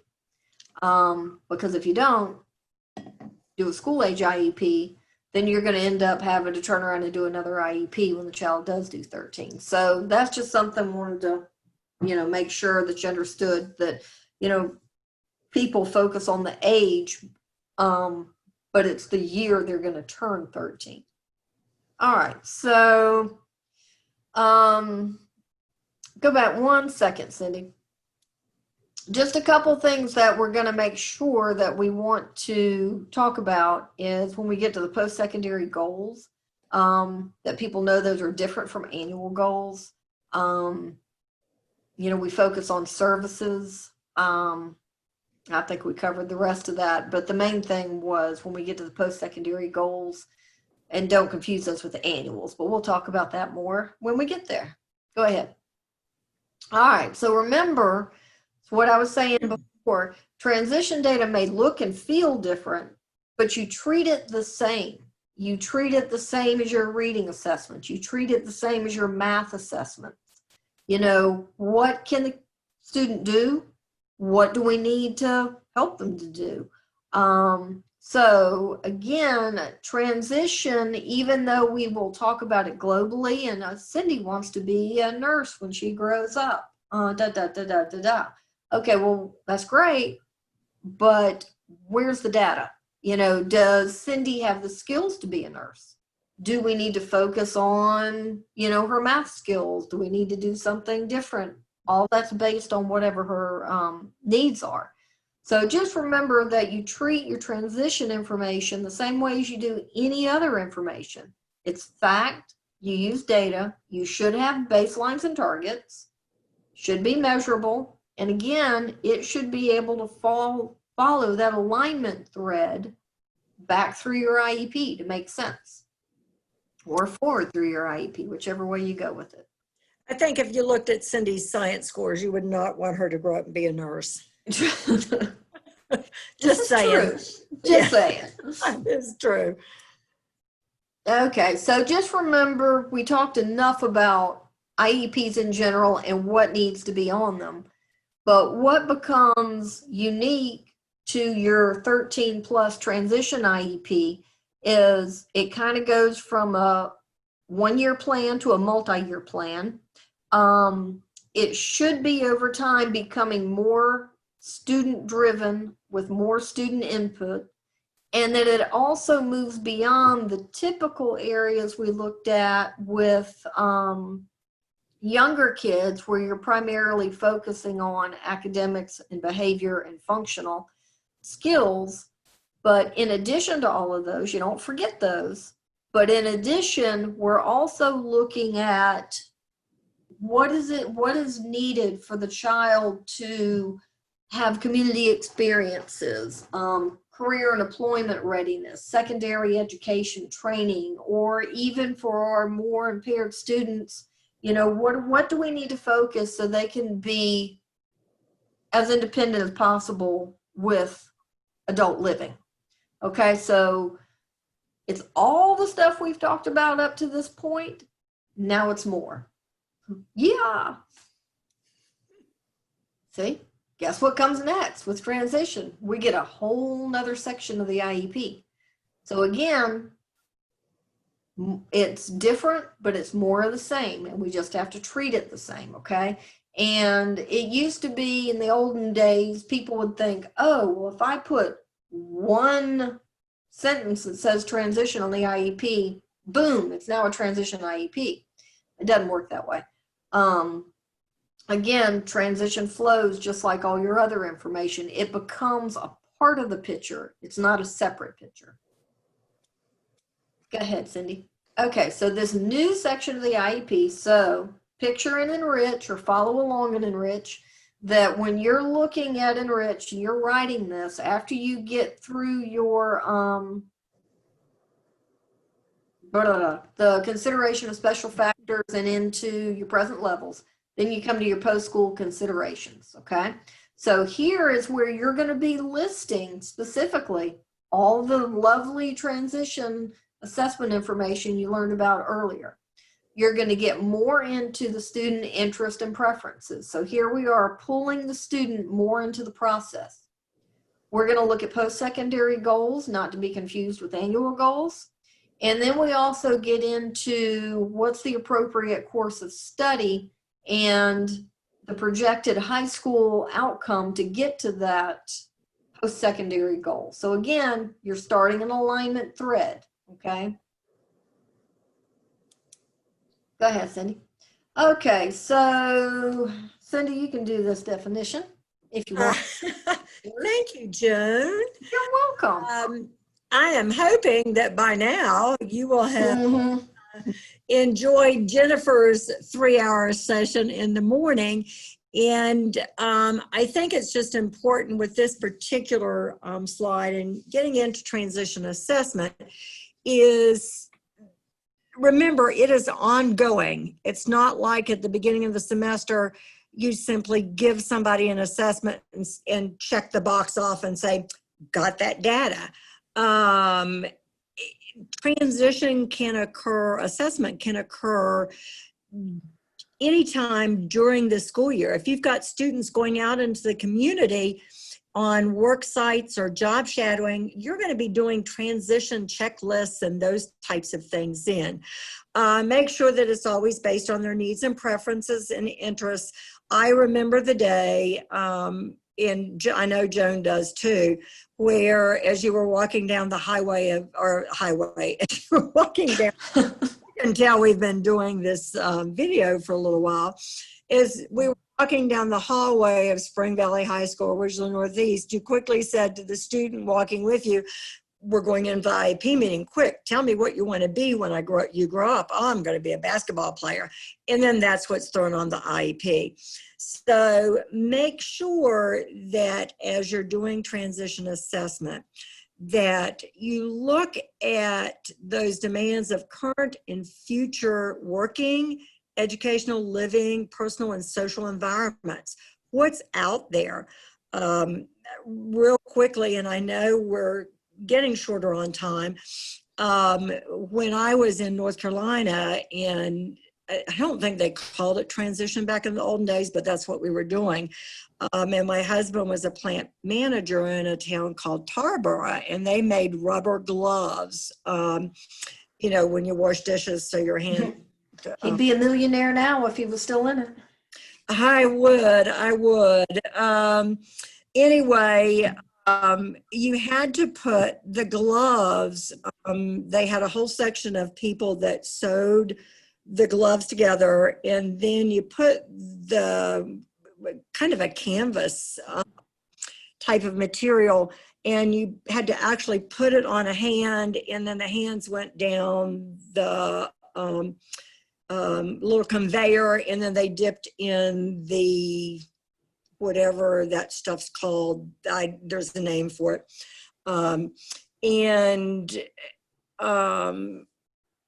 I'm thinking of those yellow gloves, and the blue gloves are probably still out there. And then it came out the other side and went through a drying machine.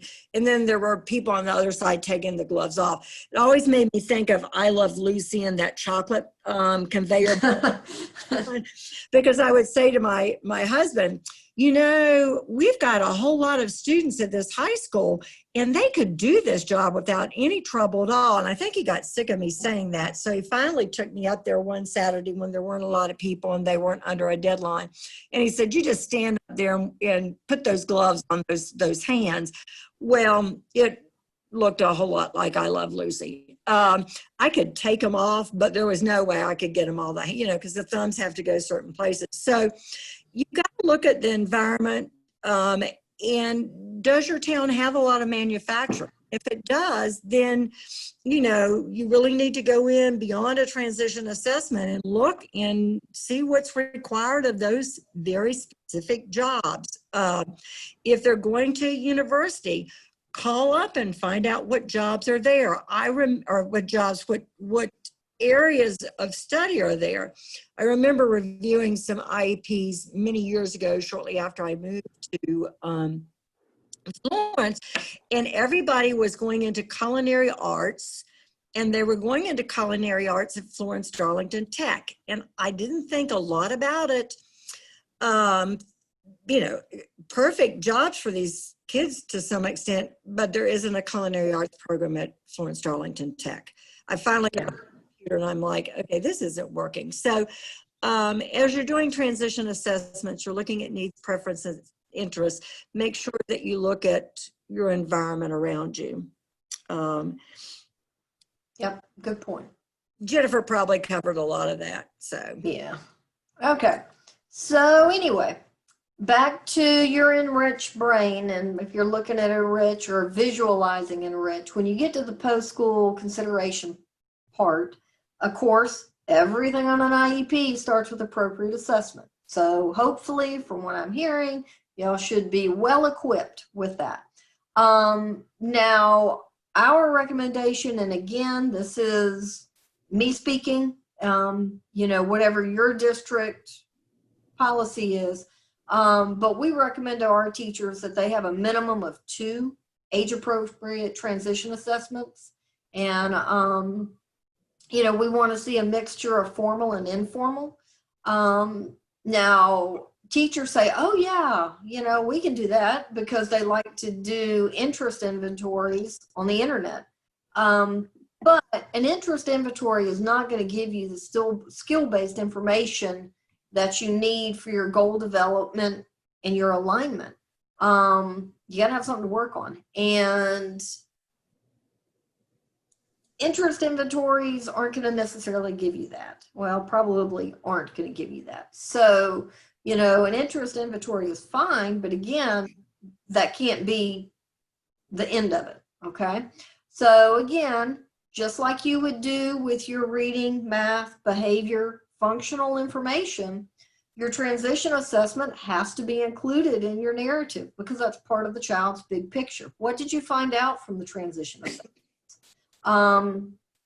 Then we used to have, again, we've kind of gotten this out, but we would have people that would reference the individual graduation plan as a form of assessment, and it's not.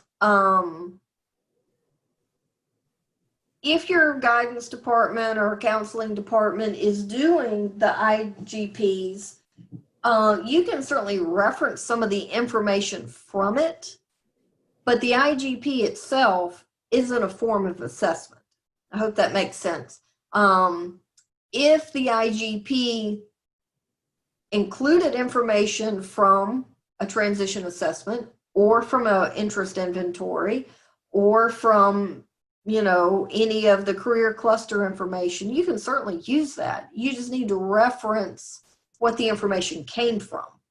You know, SCOAS said, instead of the IGP said. So just don't fall into that. We had to fix some IEPs that had that on it. So you can reference the information and the source of the assessment, just don't reference it as IGP. At least that's our guidance. So go ahead, Cindy. All right, so just like other IEPs, again, you got to have the big picture. Your goal is to come out of it with some annual goals that support transition.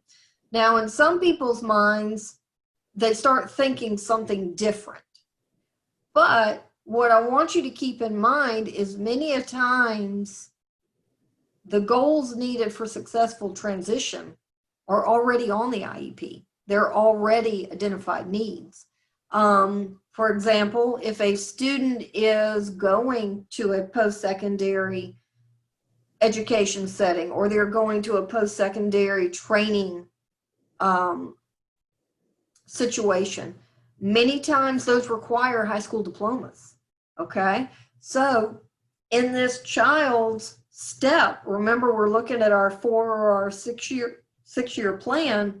Okay, well, plan number 1 is to get out of high school. Or with Cindy wanting to be a nurse. Okay, well, I don't know if there's any programs out there that you can get in if you don't have a high school diploma. So in your long-term planning, you know, that's your goal, that's where you want to get. So if the child's moving in, you know, from 8th grade to 9th grade, the goal needs to be, let's get the child a high school diploma, because that is his first step in the post-secondary process. So the needs, academic needs addressed on an IEP, those also might be transition goals, because we've got to improve the math skills. We've got to improve the reading skills. We have to improve the behavior, or the following outcomes aren't going to come, you know, aligned. They're not going to be there. So don't have in your mind that transition goals are always something different that need to be added. It could be the IEP is already on the goal, just need to be identified as transition goals as well as instructional goals. And what we said, this is kind of, you know, a repeat. They've got to be specific. They can't be activity oriented. We're going to talk about that in a minute because we got zapped by that too. They can't reference one-time activities, such as doing a report, or Cindy will research, yada, yada, yada. Well, that's a one-time activity, okay? It's not necessarily a skill. So that's what we want to be careful of, and making sure that we don't slip out of our skill-based thought process and into activities. And that's easy to do for transition. We see it a lot. So don't feel bad. We'll fix it. Go ahead. Okay, so these are, I'm going to let Cindy talk about this. Just some of the, I think you already talked about some, Cindy, Yeah. about some of the information they got in their earlier session.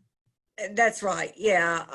Just keep in mind, it is a requirement, and there does have to be formal as well as informal, like Joan said, getting away from all of the checklists we can get online.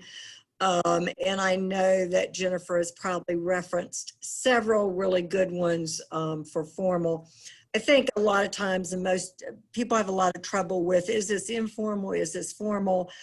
But keep in mind, it's part of the process, it's required, and it can happen anytime, anywhere. You hear people talking with their kids about those oh, we just had a teachable moment at home. And that's the same thing with transition assessment. You just never know.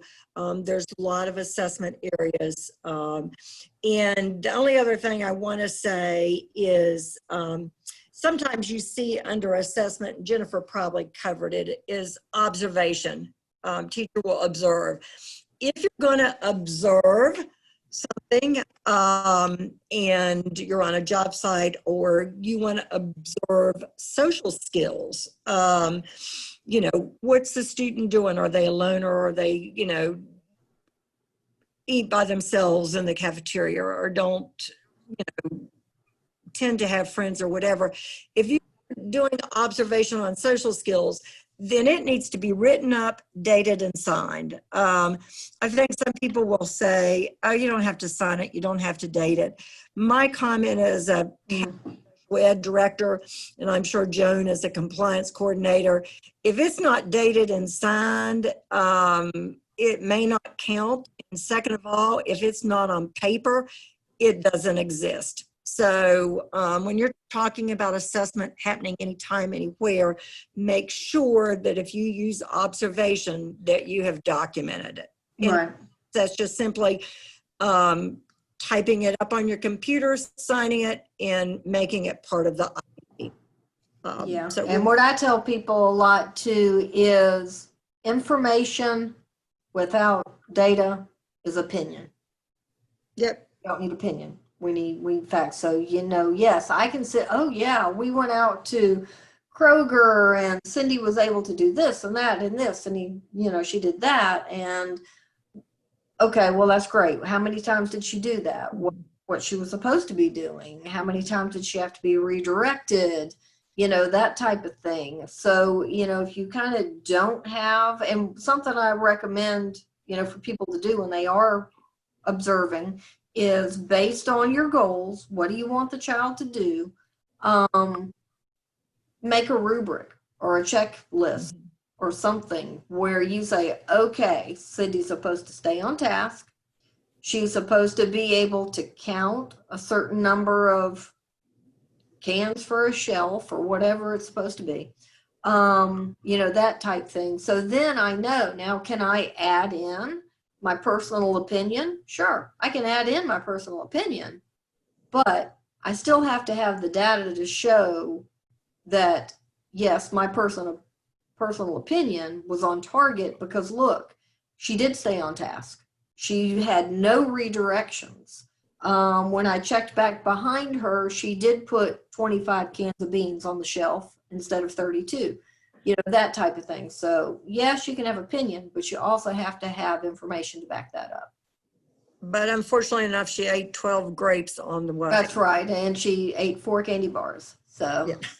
That's right. We don't put Cindy on the candy aisle. She'll eat all of the peppermint patties. That is absolutely correct. You can tell we've been doing this for a while. Getting a little Okay. So like Cindy said, assessments, you know, you got to do, it's not one size fits all. You got to find things that kind of are going to assess what you need.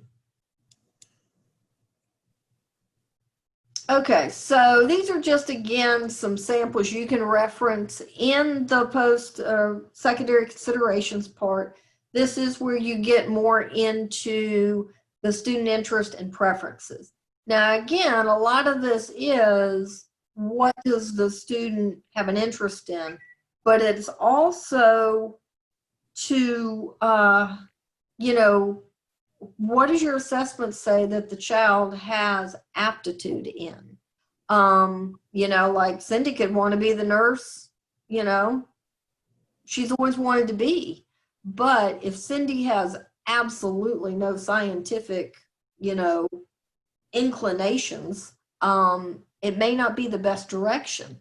Now, I know one time we had some feedback on some of our IEPs, and you know, that was one of the teacher's concern was, well, I asked the student, and this was what the student said. You know, we always get the, I want to be a basketball player, I want to be a pro football player, you know, well, are you on the football team now? No. Okay, well, then likely that's not an appropriate, thing to aim for. So it came up with, in this training we were in, what do you do when you've got a student who says one thing, but really doesn't have the skills or the aptitudes to do it? And we were just told, that's kind of a teachable moment, is where you sit down with a student and say, okay, so this is kind of what you have in mind. Well, now let's talk about what needs to be accomplished or what skills you have to get there. And a lot of times, again, boom, you can even explain to the students alignment, that we need to look at something different, or this shows me that you're really good with, things in, a scientific mind. Do you have an interest in this? Do you have an interest in that? I wanted to be an artist. Can't tell you how long I wanted to be an artist. Well, I don't get beyond stick figures, so it's not likely that would be something in my thing. But, if I took an interest inventory, it looks more scientific oriented, kind of opposite from Cindy. But you do have times when the two contradict. And I'll share what we were told was, make that a teachable moment. Just kind of look down and say, hey, you might not be able to be this, but these are related fields. What about something here? So some of these things you can't just take at face value. Okay. So anyway, these are just some of the examples that I've seen. One of my favorite stories is, and I don't know if Jane remembers this or not, but my son, who was not in special ed, graduated from Spring Valley, and he was going out for his first interview. He had a really decent job interview at a plant in Blythewood that I believe made the little stickers that go on pill bottles. I can't remember. I don't know the name. Anyway, he was back from his interview in about 15 minutes. It was a Saturday morning, maybe 20 minutes. And my husband, I remember, was washing the car, and it was May or 1st of June, right after school had gotten out. And I'd asked Ricky what he thought about the job interview and how to go. And I had sat down with him, and being the good transition person I was, tried to talk about, they're probably going to ask you, where do you want to be 5 years from now? Where do you want to be 10 years? Here's how you need to answer this, those types of things. And so when I asked him how it went, he said, fine. And I said, so what did they ask you? And he said, oh, some of the things you shared. And I said, oh, that's great. So, like what? And what'd you say? He said, they did ask me where I wanted to be in 5 years. And I said, well, that's awesome, because we had kind of practiced that at home. And I said, so what did you say? And, thinking that he'd like to work his way up to supervisor, something like that. He said, oh, I told him I wanted to be a video gamer. And I'm sitting there, I think at that point, my husband probably hit me with the hose and water. And my husband looked at me and he said, isn't this your field, Cindy? And I was like, Ricky, what do you want to be a video gamer for? And he said, well, that's what I want to do, design video games. And I said, do you draw? Have you had art classes at Spring Valley? None of the above. He was a stick finger person. And so I took him inside, set him down at the computer, and said, find some place in Columbia where you can be a video gamer. And he came back out a little bit later and he said, where's Silicon Valley? Anyway, that's my student interest preference story. He's got a decent job at Otis Elevator now, and he would be appalled if I shared that. He knew I was sharing that story. So anyway, sometimes you try real hard to direct them and you go with the flow. All right. So when we talk about the post-secondary goals, I mentioned that, they're different from annual goals, but they do become related. Okay. But the biggest difference between post-secondary goals and your annual goals is post-secondary goals are outcome. They measure outcome.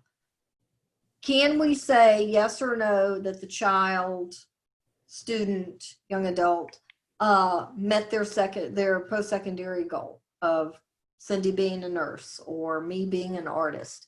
it's sort of a black and white. Did it happen? Did it not? And I know that people say, well, we can't control what happens after they leave school. And that's absolutely right. You can't. We can prepare them the best we can. And hopefully in our 4 to 6 year plan, we are sending them off in the right direction for them to accomplish their post-secondary goal. And we want to do that because in indicator 14, there's 2 federal indicator reports that measure transition. 13, which basically does your IEP and does it meet transition requirements, but then also 14, what is the child doing a year out from school, a year out from exiting school? And, that's where the district is getting measured by what are students doing? Are they in school? Are they in some type of employment setting? Or are they sitting on the couch? So that's the thing. You think, well, we can't control it, and no, we can't. But we do want to go easier. We want to prepare them the best we can. Okay. So anyway, this is kind of the difference between post-secondaries and annual. We're looking at what will occur after, okay?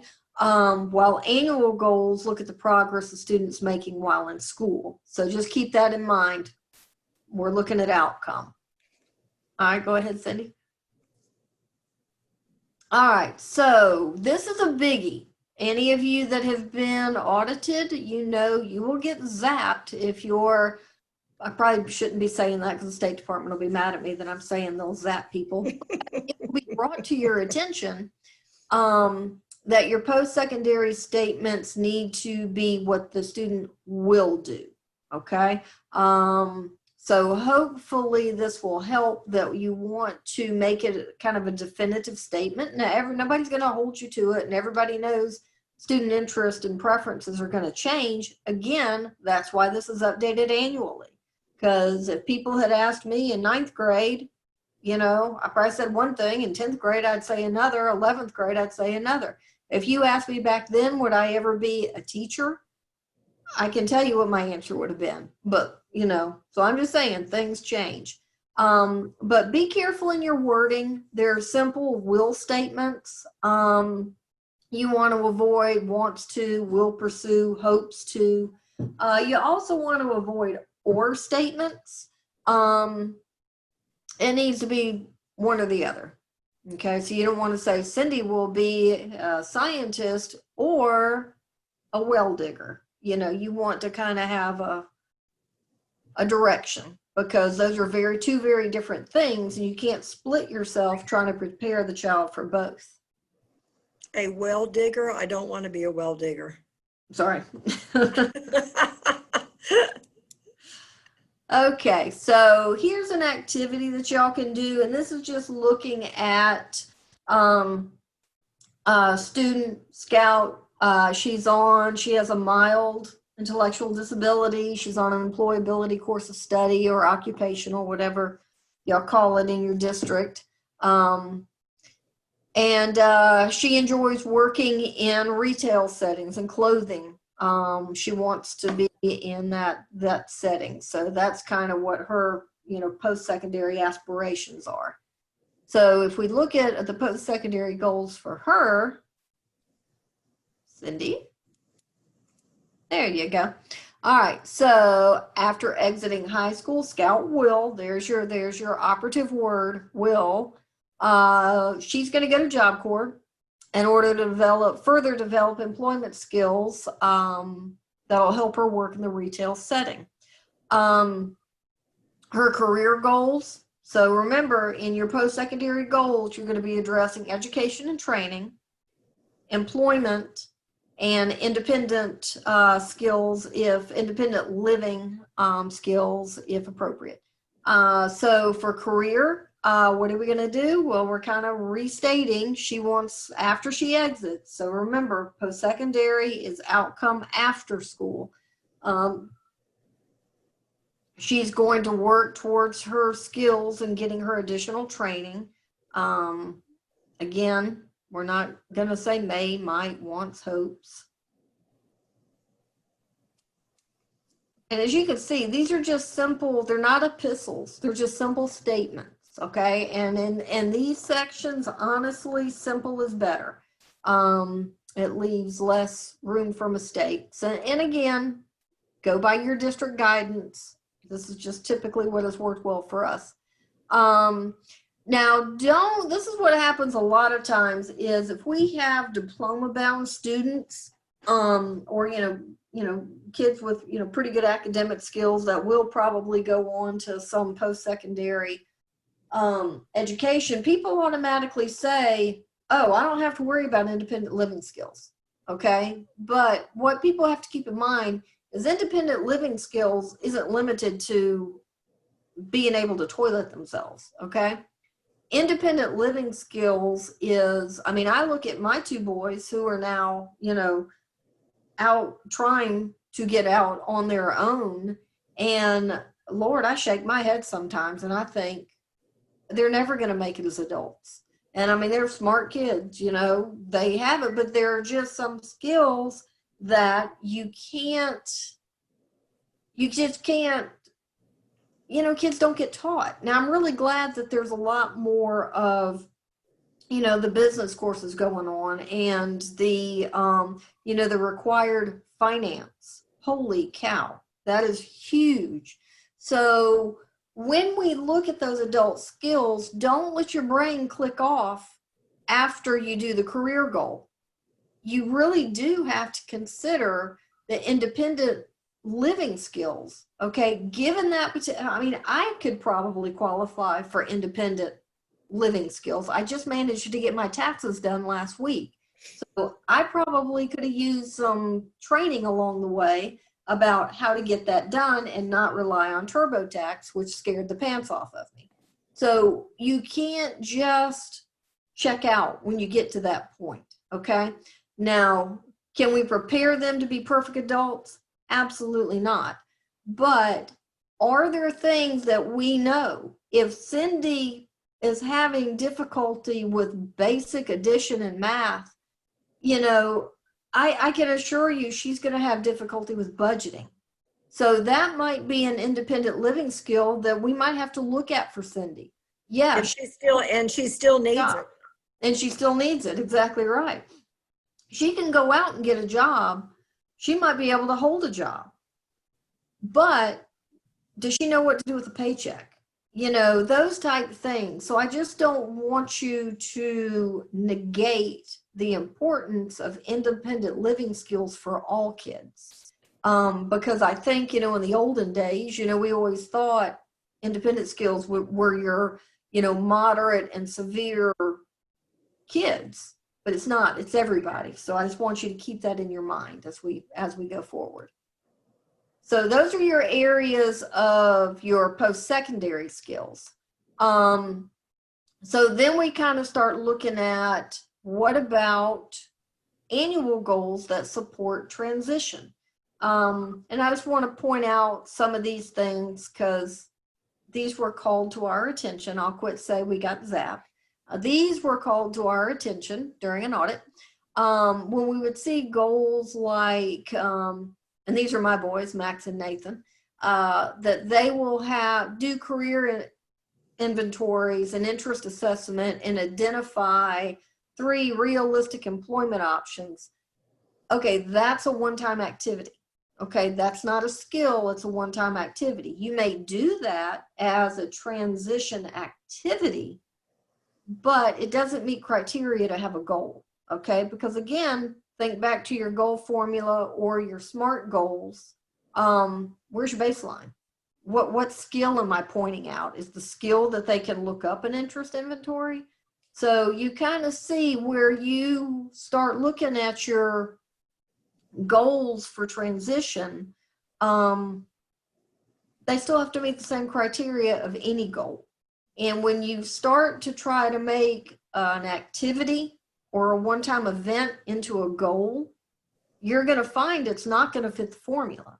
So that's where you kind of want to get away from trying to make those goals. Anyway, let me see here. Again, just watch out for your activities. I think that kind of covers that one. Cindy, you got anything to add there? No, I think you covered. Okay. Um, All it- right. So it's your post-secondary versus your annuals, again, yes, they are different, but yes, they are related. So again, for your post-secondary goal, there needs to be an annual goal or goals that will move the student to the post-secondary goal. Kind of like what we said earlier, they could already be goals on the IEP that the student needs to improve or master to get that first stepping stone to start on their post-secondary path. Might be a diploma, might be certain training. So when you're doing your alignment activity and you want to think back, same thing. You want to ask yourself, what post-secondary goal does each of my annual goals support? And if you say none, well, that's a problem, because you at least have to have something in there that's pushing that child through that 4 to 6 year path to get to the post-secondary goal. All right, go ahead, Cindy. Okay, now this is easy. Okay, this is kind of an easy way to address transition. If you do have goals, annual goals on an IEP that are supporting the trek, the journey to post-secondary world, again, it may be an activity that, or a goal that's already on the IEP. So do you have to write it again and say, this is my transition goal? No, you don't. That's what those little boxes in Enrich are for, okay? So you may already have instructional goals on an IEP. You might already have related service goals on an IEP. But if those goals will also push the student towards getting their, reaching their post-secondary goal, then mark transition and boom, you have a transition goal on your IEP, okay? I know we went through a time period where people thought transition was something different. So it's like, okay, I did my academic part, now I'm gonna do my transition part. And then they're making it different, like those goals we saw about Max looking up transition activities or doing a interest inventory or going to, Nathan going to work for X amount of hours. It doesn't have to be different. It could be the same. And we just have to identify it that. Hope that makes sense. What else we got, Cindy? I'll just add on this one. Please make sure when you do post-secondary goals that you do, they do have to include and are required for education and training and career and employment. You can't just do Good point. education and Yeah. training. You've got to have both. And I think we can move on from there. Yeah, and that's what I was saying earlier. You got to have the first two. You have to have education training and you have to have career. And then it's the third one, independent living as needed. But again, I want you to really think about as needed. Okay, so another part of the post-secondary consideration section of the IEP is where we identify specific transition services that are needed for the student to do something. Now there's 5 areas, 5 or 6, I can't count: instruction, community experience, related services, employment activities, acquisition of daily skills, and functional vocational evaluation. I'll tell you that last one, we don't use a lot, but the other ones we do. So what you're saying here is we know what the child's present levels are. We've identified the weaknesses. We know what's impacting the child's ability to perform, like a non-disabled peer. We've identified all those things. We have goals where we're working on skill deficits we know we need to do. We're accommodating where we need to until we get those skills built up. How does all that apply to transition? Okay, it applies the same way. What do we need to do also in this journey that's going to support the child moving into post-secondary world. So in this section, you don't do a whole lot. Honestly, what you do is you kind of just pick it. So I'll just use the example of the student who is probably going to graduate with a diploma. Okay. Those transition service may revolve around instructional skills and building up those instructional skills so the child can move on. So I would pick instruction from the drop down. Where is it occurring? Hopefully with a child at that level or student at that level, that would be occurring in gen ed. And then this is where you're going to show your linkage to outside agencies. If you have an outside agency that's going to be needed to help promote those skills and support those skills after the student leaves us, then this is where you can make that linkage.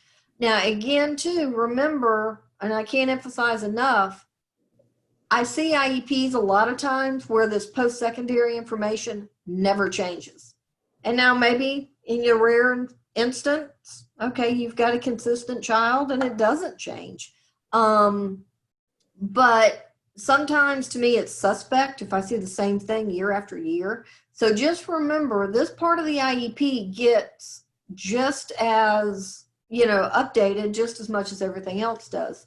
So remember, you've got to identify all transition services that must relate to an identified need or goal. Okay, remember, there's your alignment.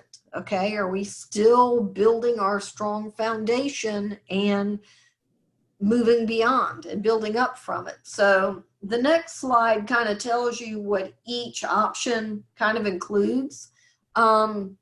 Now, I will tell you also that this was pointed out to us on an occasion, is if you put something in here, so like if I say there's going to be community experience, okay, that Cindy, we're going to have community experience where Cindy goes to, the retail setting to work on her, cash register skills or her clothes folding skills or how you, put together a good display. That's great. But I also need to have some goals that shows we're working on that, okay? So just remember that with your service option, again, it's not just participating in an activity for the heck of it. You're having specific goals taught through it.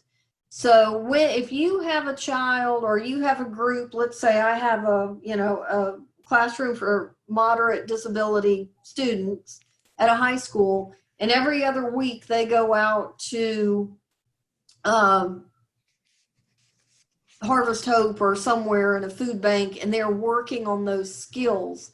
That might just be an activity that the class is doing as a class activity, okay? So I wouldn't necessarily put that on everybody's IEP because it's not particular to the student. So just be careful when you get into what is a needed skill and what is an activity, okay? The other thing I just want to point out on here also is with the related service part. Keep in mind also in this 4 to 6 year path that we think about some of our students that have physical disabilities as well. Our vision students, our hearing students, students with orthopedic impairments, we may have to facilitate that linkage to agencies that can continue to support the child after they leave us. So when we take into account what related services the student is requiring during school and, in public school, K-12 or, K-12 plus, what of those do we need to help establish and help the parents establish for the students after they leave us? Okay. And the rest of those they're sort of self-explanatory, but I just wanted to point that out. Age of majority, and Rich is getting better about not letting you forget to do this, So just be careful with your Asian majority that you remember to do it, especially with the notices and, you know, the notice at 17 and then the transfer.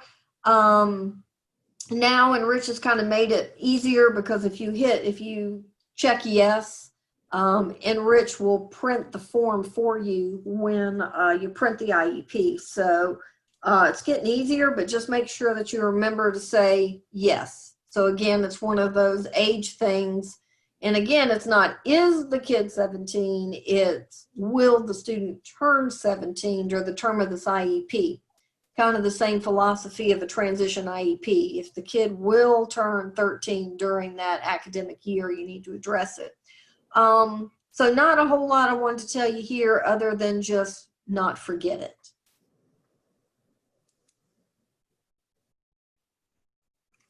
This is just kind of something that just kind of a self-checker or a thought process that I use with teachers sometimes, is to kind of think of transition age kids, and you know, you can think of them in three ways. You can think of the ones that, yeah, are probably going to graduate, and their transition is probably going to look at something like, you know, going to college, tech school, particular training. Then you might have the ones that may or may not be leaving with a diploma, but have no intention of going to any post-secondary school or training. You know, they want to leave and go straight to work. Okay, so their skills or the things that are focused on for them might look a little bit different. And then we have, you know, of course, the students that, you know, are going to need much more supervision, care, supported living. So transition might look a little bit different for them. Go ahead, Cindy.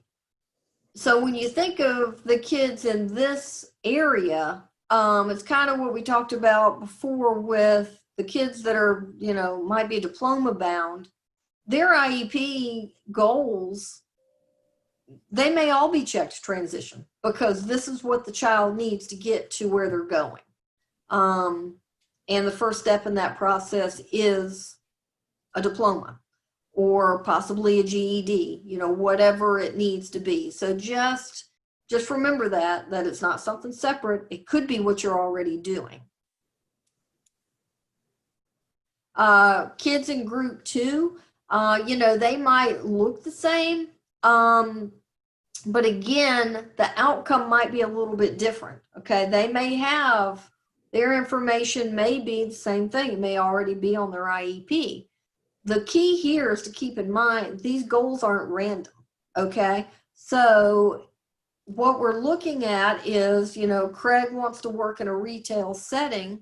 So certainly a basic math skill is also going to be your transitions goal that's going to help get to that, keep a job in a retail setting. What's the next one, Cindy?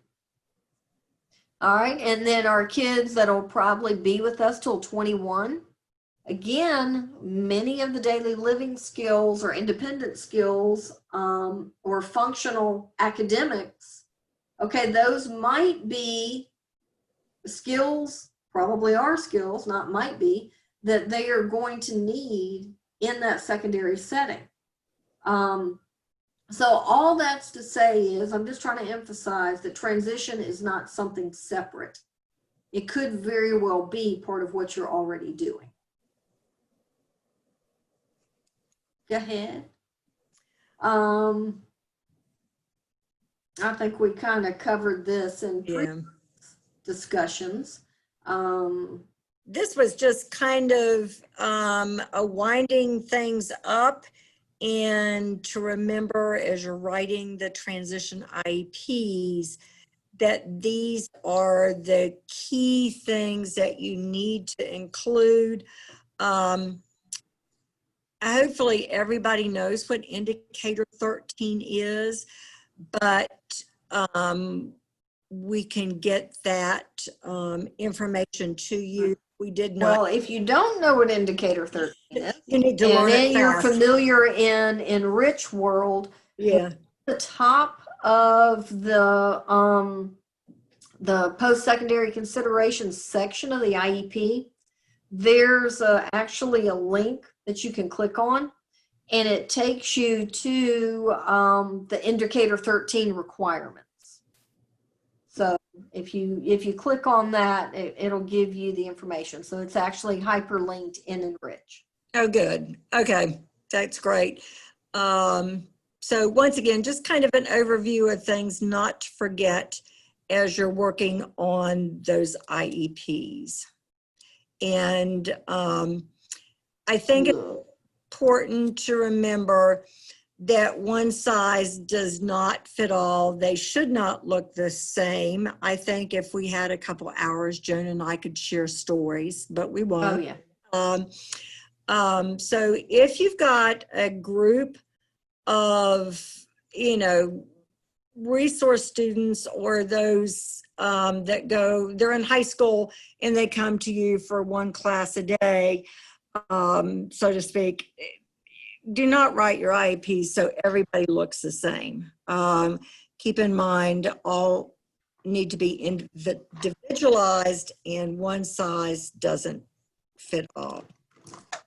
At this point, if you have questions and you're watching this video, it probably means that you were not live with Joan and I on either Monday for Train the Trainers or Tuesday when we will repeat this. So if you have questions, please email me at cnixon@fmarion.edu, or you can even go through the TASC site and get any of us to respond to any questions that you may have.